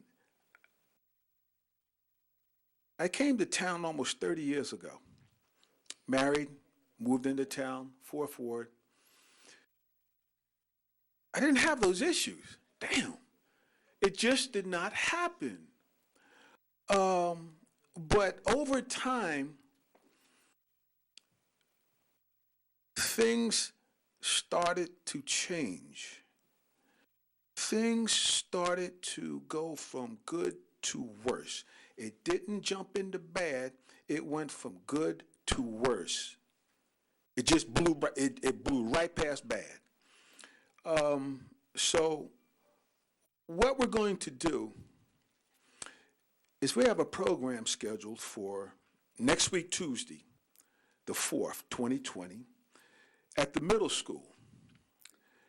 And we're going to discuss this violence that we have here. Now, in a minute, I'm going to go down to Mr. Vornlock, and he's going to tell you the beautiful people we have coming. But we have to ask ourselves, what are we doing? From the parents down to the kids, what are we doing? And then if you read the newspaper, some of these kids were minors. That's why their names aren't printed. They were minors. So when you can go from stupid to a gangster in a heartbeat, this is crazy because you're a minor. How can parents, how can the whole community allow this to happen? What did we do wrong? Where are we going wrong? So that has to be looked at. I mean, seriously looked at because, again, I operate a funeral home in Newark, Irvington. And this type of violence, just in January, I buried 2 individuals from homicides. That's not good. Even in Newark, we realized it's not good. The council members there, the community there, they're looking to change that perception, that attitude, and that action. So again, we'll meet next week, Tuesday, to discuss this. Now, I want to thank the principal there, Mr. Solomon, for allowing us to use the middle school. Then the superintendent, Mr. Ravalli, Dr. Ravalli, for also letting us use the school system, that school. And in the future, it is always open for us to use so that we can bring the information to the citizens, not through Facebook, not the I heard, she heard, and get it all wrong. That we can't allow. So just this moment, I'm going to swing down to Mr. Vornlocker.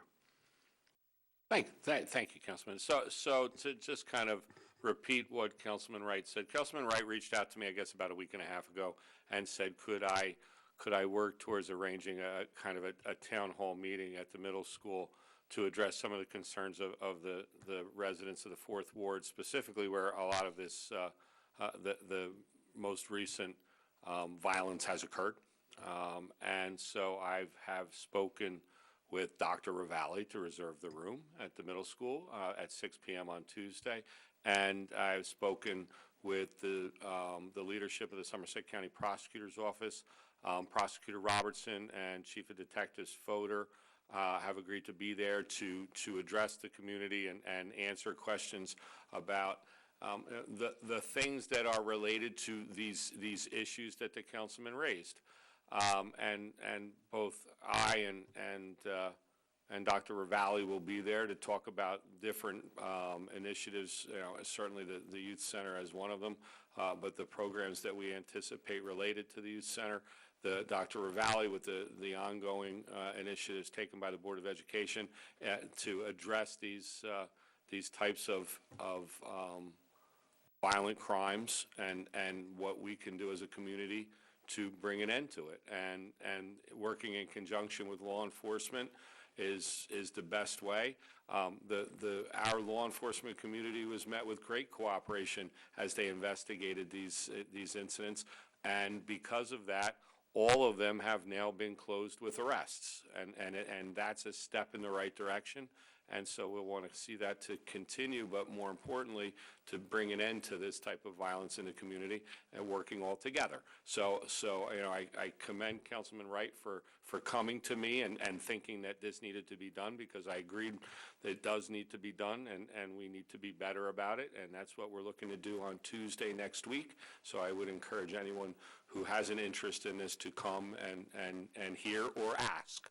If you have questions, ask. You'll have the audience to give you those answers. 6 p.m. Until we're done. Thank you, Mr. Vornlacher. Thank you.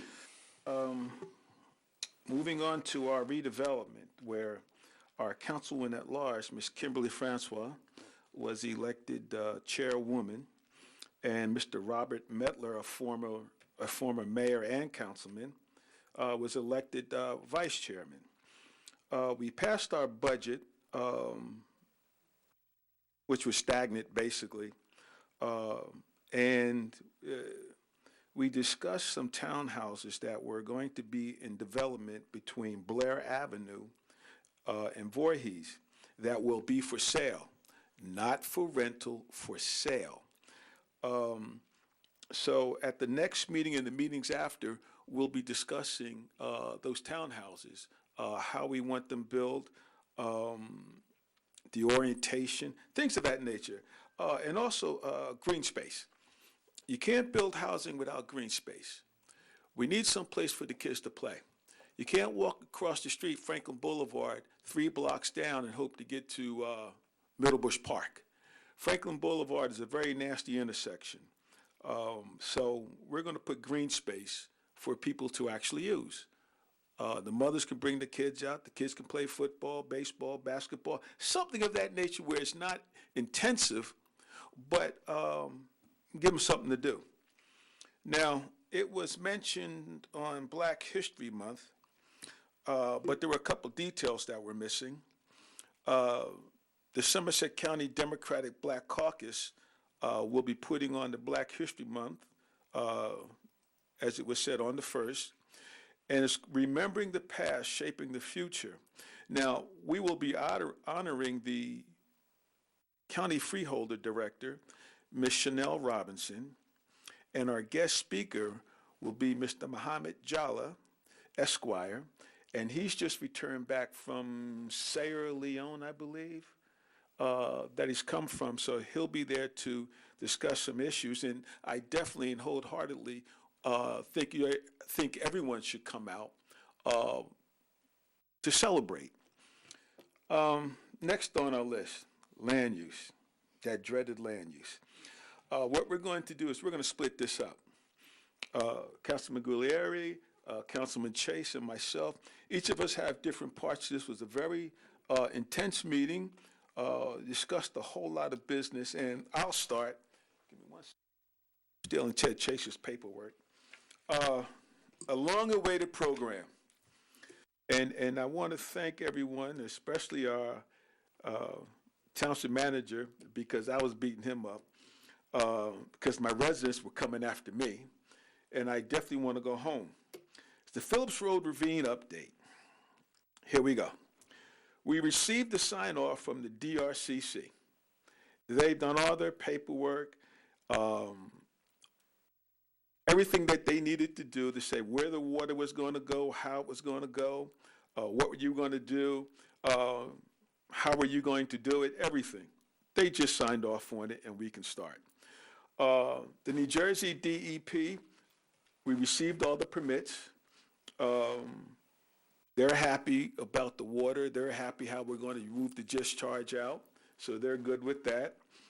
The bid specifications have been prepared by our CME engineers. Now, this is very important because once they've done the specifications, we're good to go. There's nothing to stop us. We are shovel in the ground ready. And we received $1.1 million grant from the state to do some of the work. That was also a holdup. But we have the money. The state's going to give it up. We're going to build. So, for everybody on Phillips Road, we're going to go out to bid. Don't rearrange the water so it runs by my house. God, I don't need the water. That's good.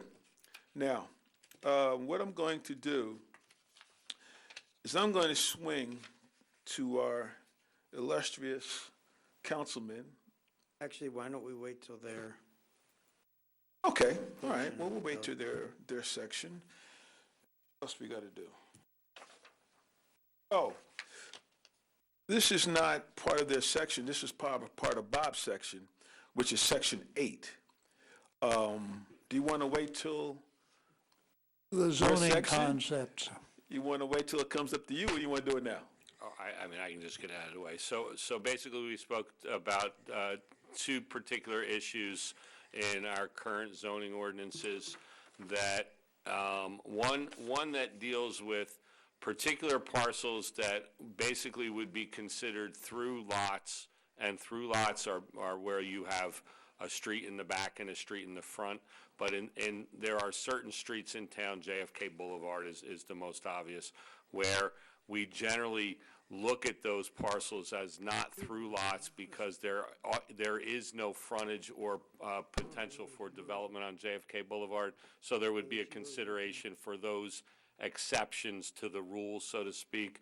And the other exception to the rule is there are a number of residential parcels in our CB zone, which is the corporate business zone, Campus Drive, Davidson Avenue, those neighborhoods, where there are residential properties that are on that were developed as R10 or 100 by 100 lots when they were built back in the 40s and 50s and so on. That when those areas were rezoned as corporate business, it makes it very difficult for those property owners to do things with their property. For instance, just something simple like building a shed. So we're going to do something, whether it be an overlay or something specific to those parcels within the code, so that it relieves those homeowners of the burden that they currently have to get a use variance for something that most homeowners have no difficulty other than getting a zoning permit. So that it's trying to accommodate those property owners. So that's Mr. Healy's task, and he's working on a way to resolve those two issues. Thank you, Mr. Manager. And we have one more quick thing. It's called Eugene Avenue Street Vacation. And in a nutshell, what this is it's a paper street. There's nothing on it, and it needs to be vacated, which means it goes back to the township, and then depending on what's on either side, it gets subdivided to the two residents on either side. Now, part of my house, my extra piece of property is just like that. I inherited a 50 by 100 paper street, but just like Eugene Avenue, it has easements for water line and sewer, so I can't build on it. It just looks pretty and green, but it's part of my house, the 50 by 100. The taxes aren't that great because I can't build anything on it. But it was a vacation. It needed to be done. It was done a while ago, and it was never updated on the township map, tax maps. So that's that Eugene Avenue in a short nut. Thank you. thank you. And just to clarify, there are portions of Eugene Avenue that are a real street. They're not going to be touched. It's the paper portion that goes under Frank's building supply. So it's actually, and just to clarify this a little bit more, so this was vacated by a council of this township in 1975. However, the vacation wasn't apparently filed in Somerville in the county clerk's office. So when the current developer went and did a title search, it was still there. So we're just repeating something that occurred 30, 45 years ago, 45 years ago, yeah. So yeah, you're just redoing work that the old council and someone along the way just didn't do the entire job. They didn't do the job, Bob? They didn't, so we don't do that anymore. Councilman Chase. Okay, to continue with report from the Land Use Committee, and it's unusual that we're able to report at a council meeting shortly afterwards because the land use meets on the fourth Wednesday, which is usually after the fourth Tuesday, but this month it was before the fourth Tuesday. Catalpa Park, a very long-running issue. We were held up for quite a while because the Department of Environmental Protection found a wood turtle in the vicinity, and so they required us to move some of the development we proposed, the tennis courts, the basketball courts, further away from the stream that runs through the property. Well, so our engineer redid the plans. The DEP approved that. We thought we were set to go. And the State Historic Preservation Office weighed in that they want to consider the need for archaeological investigation.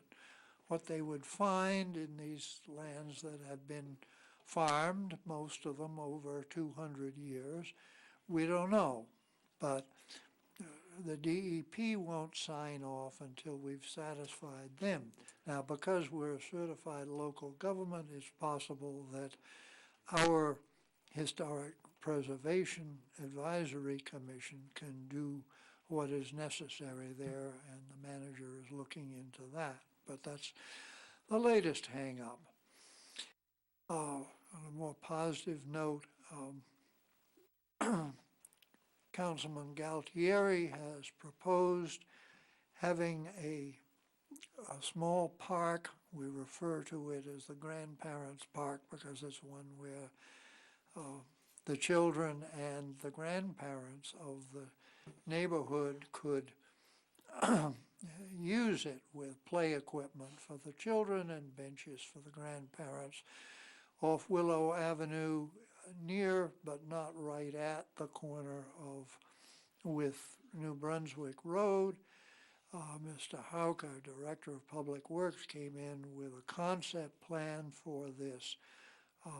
And I should note that while the area is generally wooded, there's an area there where almost all of the trees were blown down during Hurricane Sandy, so we'll locate the cleared area where the trees are down already.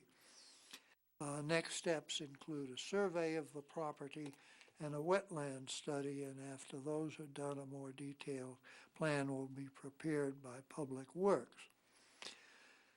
The committee talked about some potential issues for the committee to look into this year, and a couple that were raised: investigating having some sort of open space along Hamilton Street and in the immediate vicinity, and considering potential improvements to the southbound Brook Franklin Little League fields that are up close to southbound Brook, but in Franklin. Summerfields Park, as part of the plan for the Summerfields development of single-family houses, townhouses, and apartments off Schoolhouse Road, the developer agreed to build a park with a full-scale baseball field and another field that will not be developed for any particular use, but where kids can play. Behind the Summerfields development, the access will be from Canal Road. And this will be a township-owned park open to the public. And I don't know, Mr. Manager, just where are we on that? So where we are, we've gotten the approval. all of the permits are now approved, and the contractor is ready to begin construction shortly. So Yeah. we should anticipate that. And the developer will develop this. And the developer not only did we obtain the property as part of the subdivision approval as far as the open space was concerned, but the developer is also going to bear the cost and do the construction of the park itself. Then this evening, we had the meeting of the Public Works Committee. It was, up to a point, it was rather short, and then they got into discussing gutters and whether when you pave a street, you should pave over the concrete gutters. And the manager pointed out that if people would only maintain the gutters in front of their house and pull out weeds at the joints, they would last a very long time and there would be no point paving them over. But other things, the Little Rocky Hill water main, while we now have the pumps to upgrade the pumping station, because we're going into the deepest part of winter, they're going to hold off until spring, installing these pumps to make this fully a Franklin Township operation. At present, we're getting some water from Franklin Township now, but we're also getting some water from the South Brunswick main to keep the pressure up, pending installation of the pumps that will eventually pressurize the line. Down at the far end of that, we're moving ahead with connecting up with New Brunswick, with New Jersey American Water's lines down close to Kingston, and this will enable us to draw New Jersey American Water from their main there and put it up our line along Route 27, which, you know, it's always better to have a water line that you can fill from either end. And we've had a meeting with Trap Rock because we'd be building a pumping station close to the entrance to the Trap Rock quarry on Route 27. They're very agreeable about this, but now we have to establish wetlands and such around where the pumping station would be. Remember what the other, oh yes, the SCADA system that will not only monitor our water tanks, but will even control them. In other words, and the pumping stations of our water system, in other words, pumps can be turned on and off remotely. You don't have to have somebody drive down from Somerset to, say, the pumping station at 518 and 27 to switch a pump off or on. So the SCADA system is now just about operational. I think that's about everything we covered at the Public Works meeting. I'm pleased that in general people seem to approve of having a ban on plastic bags and paper bags and foam food takeout containers and plastic straws.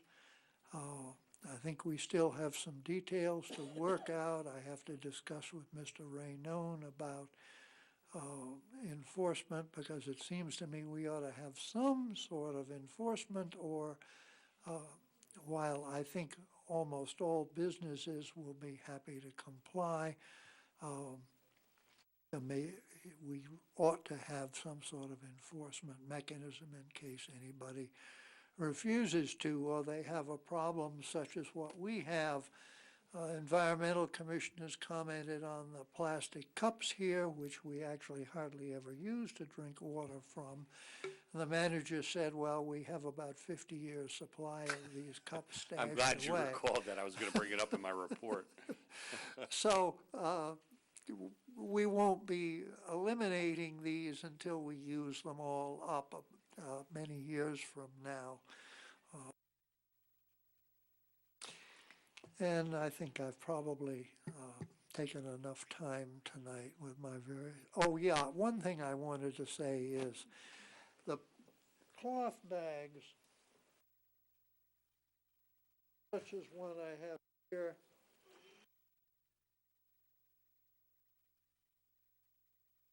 Chase was the Chase Manhattan Bank, not me. We How I can't got hear this you. bag. We can't hear you. But these will last a long time. I have another bag that I got at the Third International Congress of Plant Molecular Biology in 1991 that I am still using. So, as opposed to the pressed plastic bags that will last about a year in my experience if you use them regularly.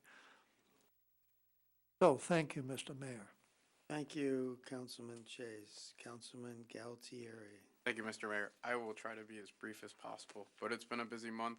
First off, I want to especially thank the coordinators for the MLK breakfast. It was the 23rd year. I've got that right? Okay. So another successful year. I encourage everybody to come out next year. It's a great morning and a great opportunity to see everybody in the community. Plastics. I guess I'm of the generation that's been taught recycle, recycle, recycle, and look at energy consumption and everything.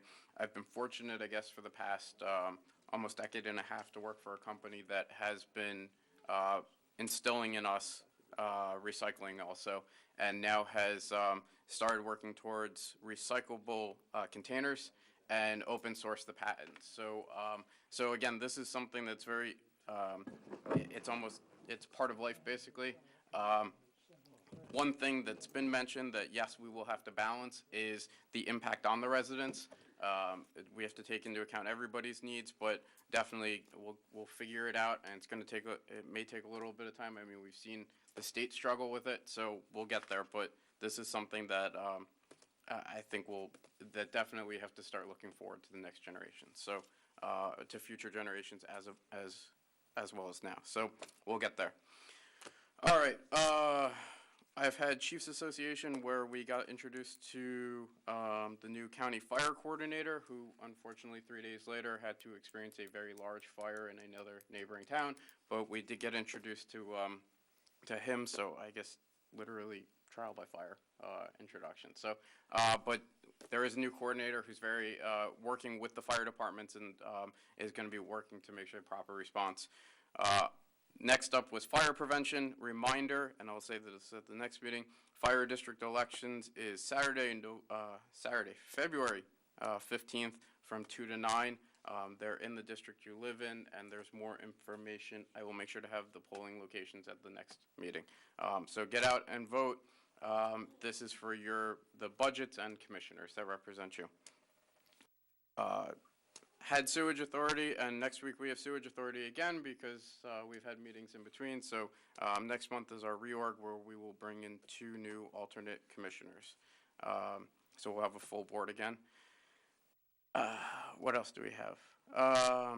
Okay, land use, just to piggyback off of what Councilman Chase said. The Willow Park, that was identified in 2010 by the consultant. And this was brought up I think we started in 2018, discussing this with open space as a possibility.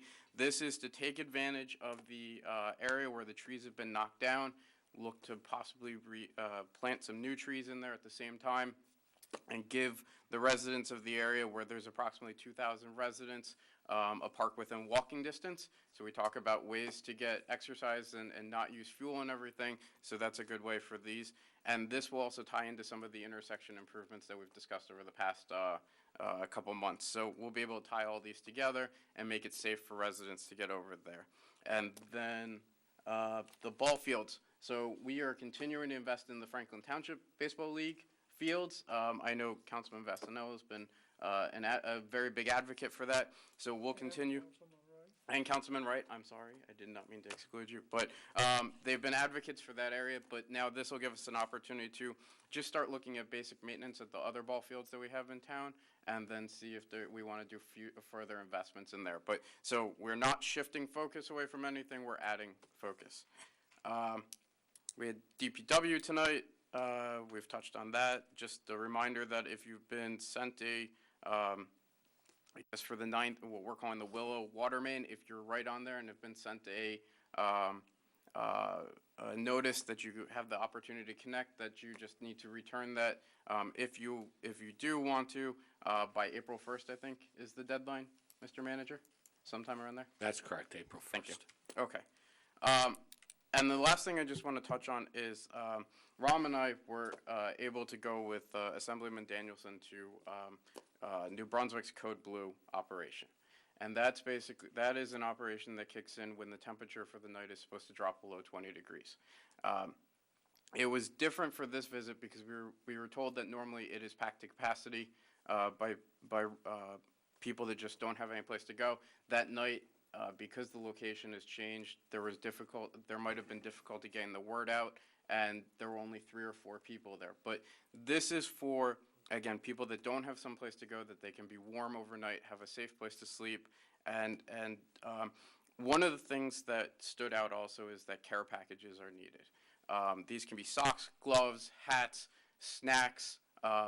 The newest thing is like $5 gift cards are being requested for like Dunkin' Donuts or Starbucks or some restaurant nearby. Just that it's a couple minutes to get off the street and look for maybe a meal or a hot cup of coffee or a beverage. So there's many organizations doing it. If you have an organization that is interested, we can get more information to you. But definitely, this is something that there are people, again, there are people in dire need, and especially in these temperatures.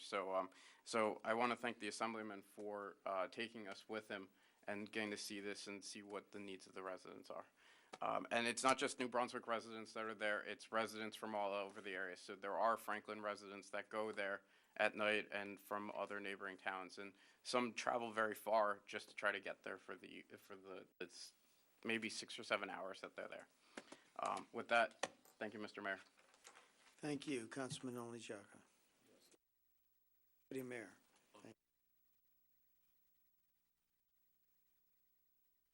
Thank In terms of plastic, I think to control the use of plastic is an ideal thing to do. And I think, and I hope our city will join other cities towards that direction. It's very, very good. It will restore a good environment. Another thing, Mayor, I want to touch is the African community in Franklin. Recently, they called me. They are trying to form what is called an initiative. This initiative is just a platform that will help them to interact with other ethnic groups, build a foundation that will encourage education for their culture and also the interaction between other groups. So they set up a date on the May 28th. They will have their carnival, first African carnival in Franklin, which is going to be a big thing. Where they will expose their culture, they will show their culture, their identity, and at the same time they bring in business to Franklin. So most of the hotels will be occupied. It's a good thing, and they're working towards it. That is what I have, Mayor.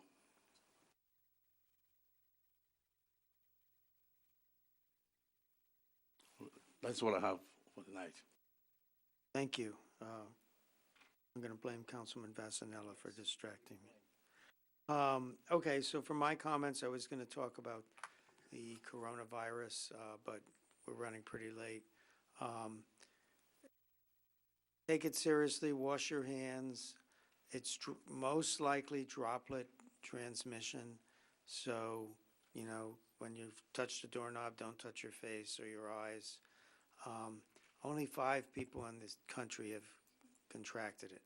So be careful, but let's keep it under perspective. As far as the plastics, I think we had a good start. I think we got good input from the public, from our experts. I would suggest that the next step be that it be discussed at the next admin committee. And since Mr. Chase is not on admin, I'm happy to step out during that portion so he can be there to help guide that. And I think that's it. I very much want to thank our guest speaker for giving us the information. There's a lot to absorb. We want to do it the right way, and we will be in touch as the ordinance comes out. Let you see the ordinance that we're going to propose so that you can make some comments. Thank you. Mr. Vornlocker. Thank you, Mr. Mayor. I only have 14 items to report tonight. Excellent. Actually, everything has been covered in all of the other reports, and I have nothing further to report. Thank you, Mr. Mayor. Time for the clerk's report? No report. Yeah. Okay, in all seriousness, yeah, okay.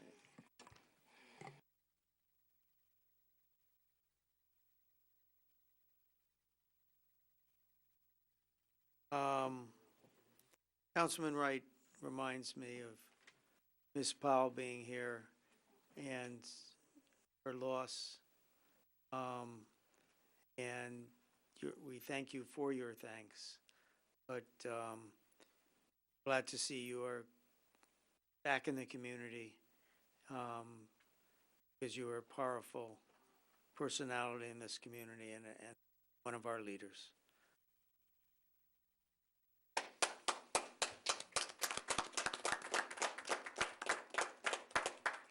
Thank you, Mr. Wright, for reminding me. Okay, moving on to business. We have approval of the minutes. The following minutes are presented for approval by Township Council. Council work session, regular meeting, November 26, 2019 at 7 p.m. and the December 10th, 2019 at 7 p.m. and the January 6th, 2020 at 7 p.m. Do we have a motion? So moved. Second. Moved and seconded. Any corrections? Madam Clerk. Councilman Emberson? Councilman Chase? Yes. Councilwoman Francois? Yes. Councilman Galtieri? Yes. Mayor Kramer? Yes. Deputy Mayor Onijaka? Yes. Councilwoman Pruitt? Yes. Councilman Vasanella? Yes. Councilman Wright? Next, we have the warrants in the amount of $22,939,335.11 on January 28, 2020 are presented to the Township Council for payment. Do we have a motion on the minutes? So moved. Seconded. Moved and seconded. Any discussion? Anyone want an item discussed? Madam Clerk.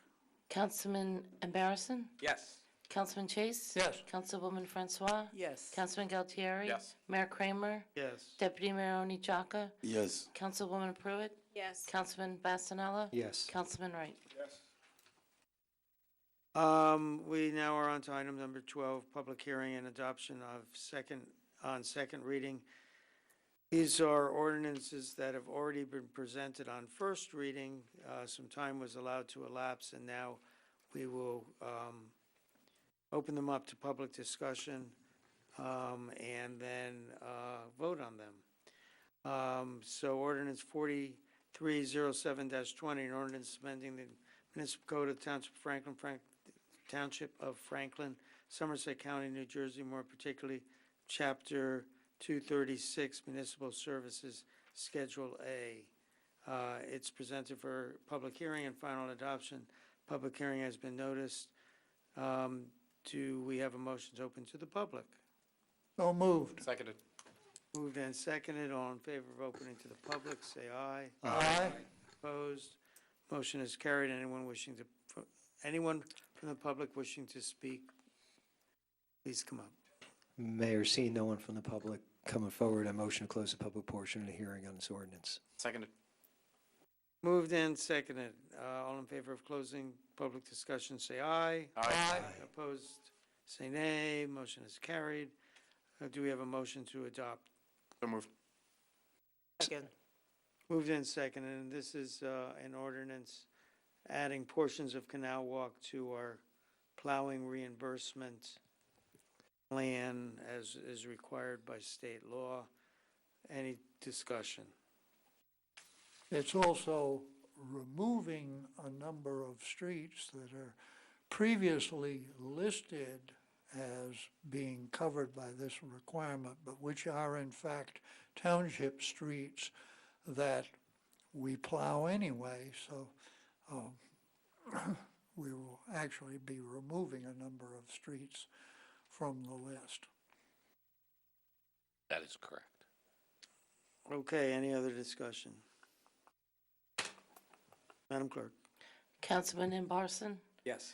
Councilman Chase? Yes. Councilwoman Francois? Yes. Councilman Galtieri? Yes. Mayor Kramer? Yes. Deputy Mayor Oni Jaka? Councilwoman Pruitt? Yes. Councilman Vastanella? Yes. Councilman Wright? Yes. Ordinance 4308-20, an ordinance amending the Code of Township of Franklin County of Somerset State of New Jersey, more particularly Chapter 62, Salaries, Sections 62-5, Annual Compensation for full-time white-collar municipal employees, is presented for public hearing and adoption.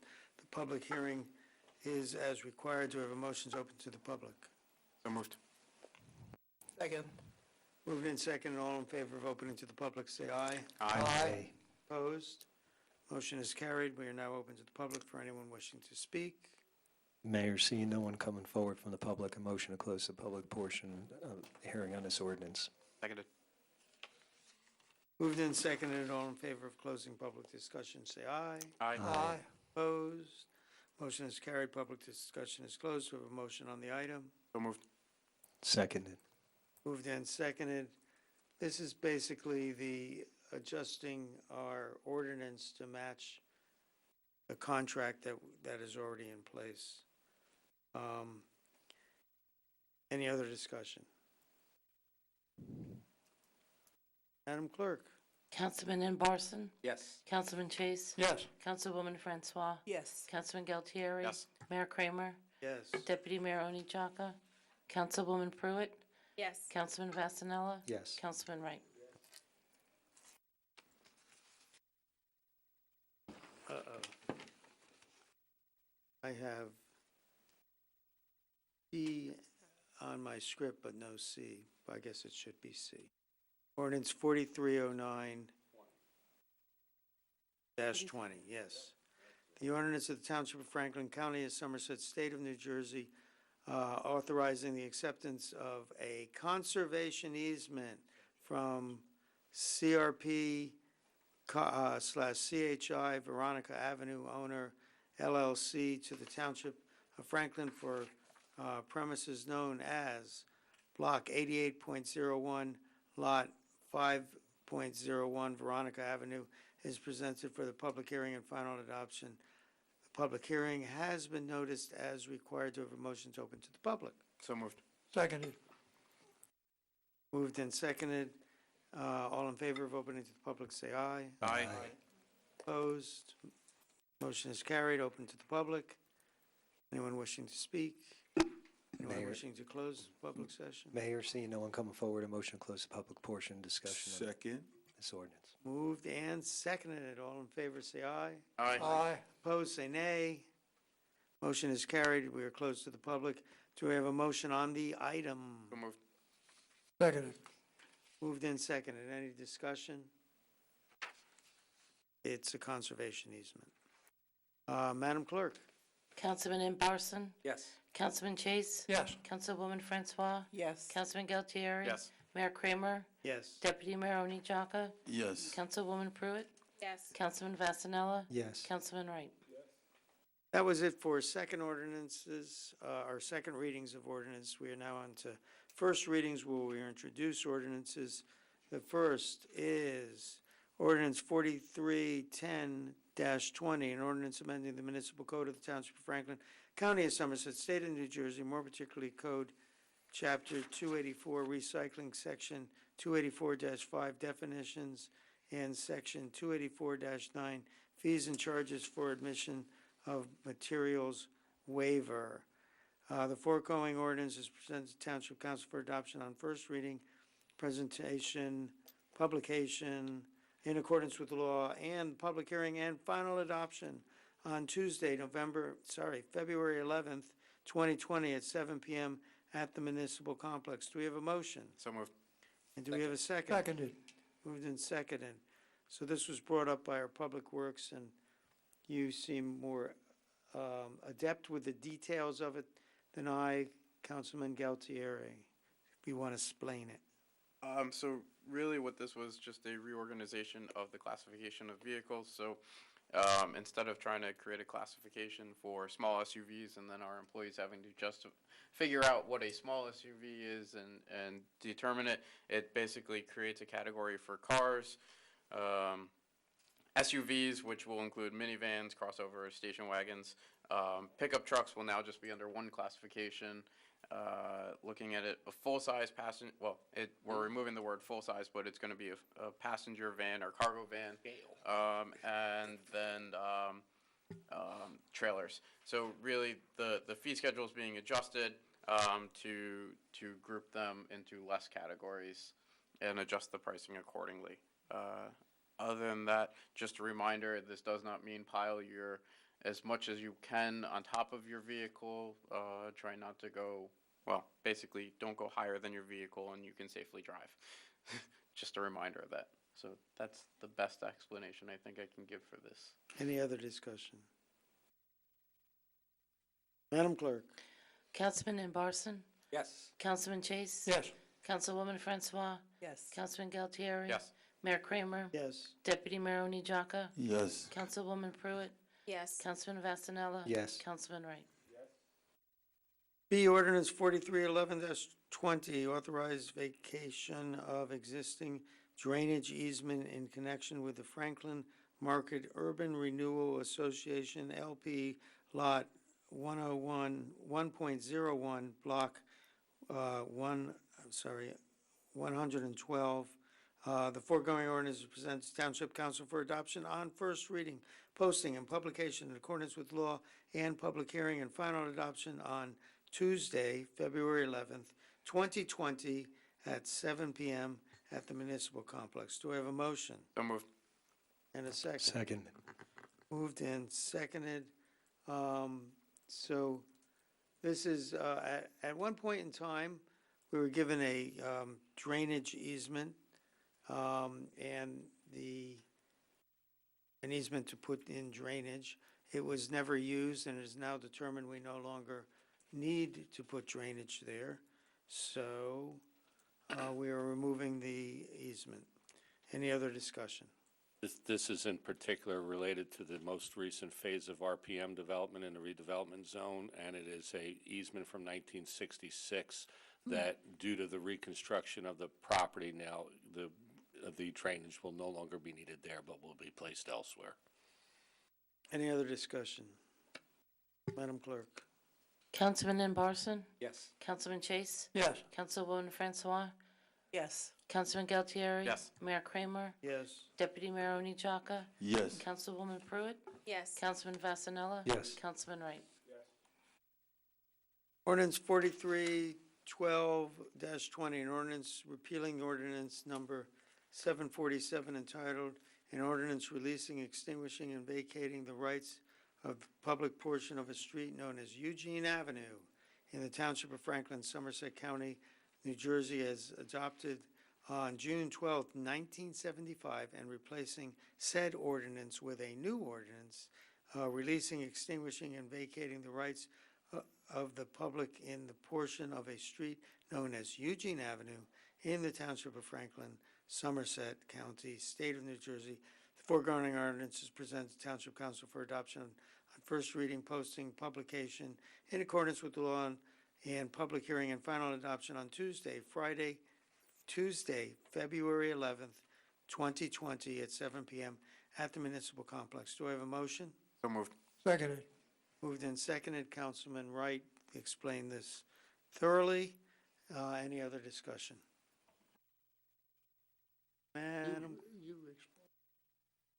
Madam Clerk? Councilman Imbarson? Yes. Councilman Chase? Yes. Councilwoman Francois? Yes. Councilman Galtieri? Yes. Mayor Kramer? Yes. Deputy Mayor Oni Jaka? Yes. Councilwoman Pruitt? Yes. Councilman Vasanella? Yes. Councilman Wright?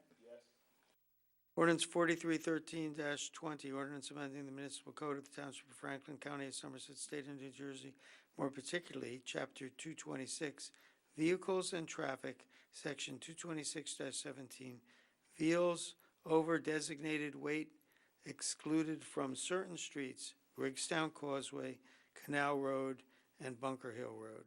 foregoing ordinance presented to Township Council for adoption on first reading, posting and publication in accordance with law, and public hearing and final adoption on Tuesday, February 11th, 2020, at 7 p.m. at the Municipal Complex.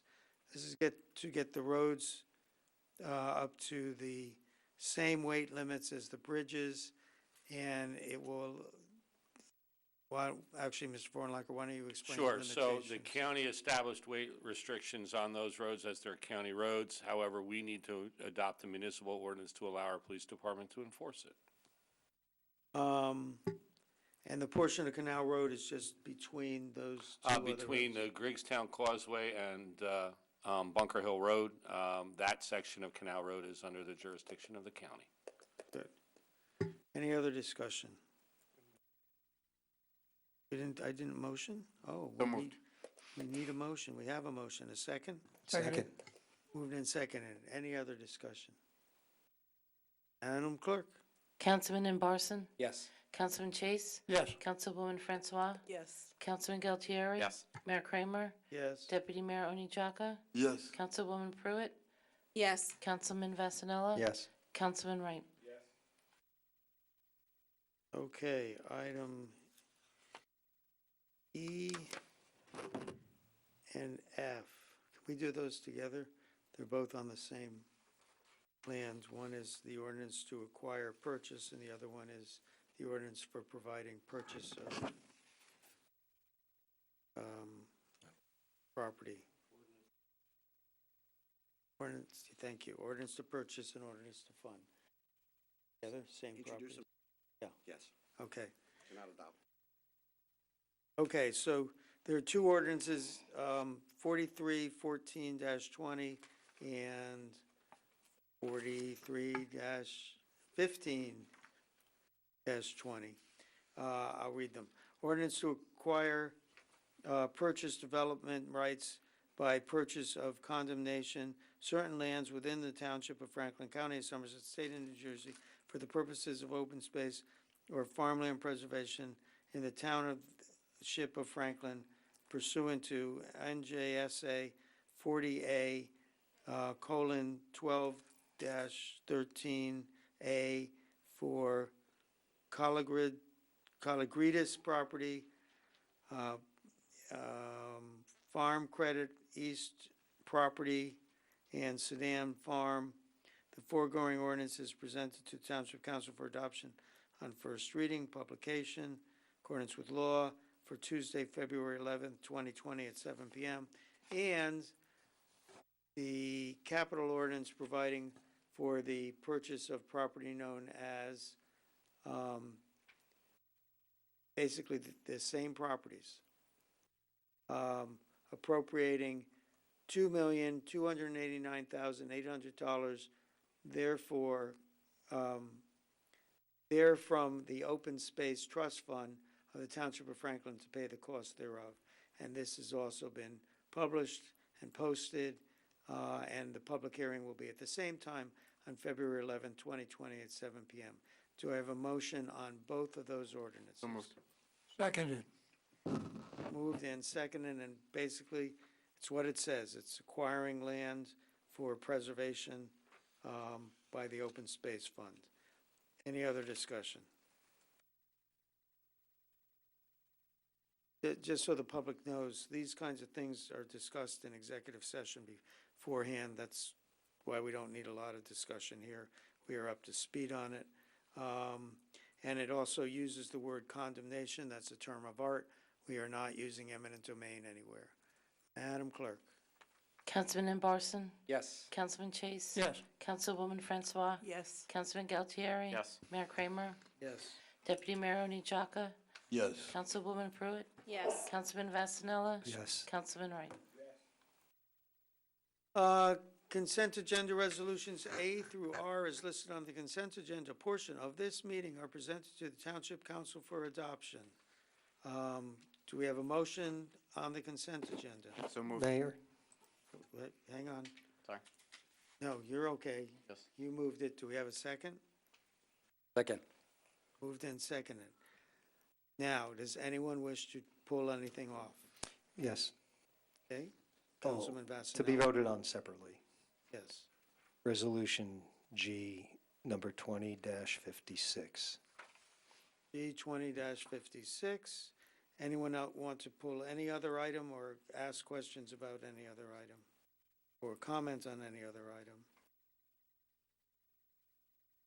Okay, so Madam Clerk, polling on A through R except for G. Councilman Barson? Yes. Councilman Chase? Yes. Councilwoman Francois? Yes. Councilman Galtieri? Yes. Mayor Kramer? Yes. Deputy Mayor Onijaka? Yes. Councilwoman Pruitt? Yes. Councilman Vasanella? Yes. Councilman Wright? And now item G, I guess it's already been motioned and seconded. Any discussion in particular on item G? Madam Clerk? Councilman Barson? Yes. Councilman Chase? Yes. Councilwoman Francois? Yes. Councilman Galtieri? Yes. Mayor Kramer? Yes. Deputy Mayor Onijaka? Yes. Councilwoman Pruitt? Yes. Councilman Vasanella? Abstain? Councilman Wright? Okay, item number 15, resolutions to be voted on separately. Items A and B are voted on separately in this portion of the meeting. Do we have a motion? So moved. Second. Moved and seconded. Any discussion? Anyone want to pull either of those? Madam Clerk? Councilman Barson? Yes. Councilman Chase? Yes. Councilwoman Francois? Yes. Councilman Galtieri? Yes. Mayor Kramer? Yes. Deputy Mayor Onijaka? Yes. Councilwoman Pruitt? Yes. Councilman Vasanella? Yes. Councilman Wright?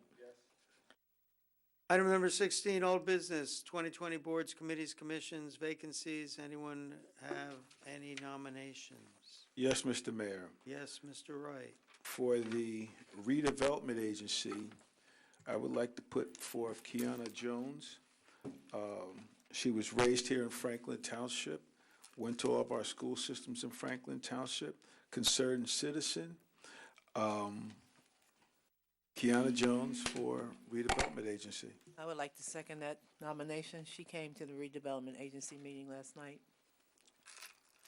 Moved and seconded. Are there any other nominations for this position? Hearing none, we can do this by acclamation. All in favor of Kiana Jones for redevelopment agency, say aye. Aye. Aye. Opposed, say nay. Abstentions? Congratulations, Mrs. Jones, Ms. Jones, sorry. We are now going into executive session. The following resolution is presented to Township Council for consideration. Authorized executive session, anticipated legislation, Williams Transco. Do we have a motion? So moved. Seconded. Moved and seconded. Any discussion on going into the executive session? I see none. Madam Clerk? Councilman Barson? Yes. Councilman Chase? Yes. Councilwoman Francois? Yes. Councilman Galtieri? Yes. Mayor Kramer? Yes. Deputy Mayor Onijaka? Yes. Councilwoman Pruitt? Yes. Councilman Vasanella? Yes. Councilman Wright? Yes. At this time, the Township Council will adjourn to the executive session to discuss authorized executive session, anticipated litigation on Williams Transco. No other actions will be taken by the Township Council at the conclusion of the executive session. Therefore, the reading of this, the recording of this meeting will end at this time. Be well, Franklin.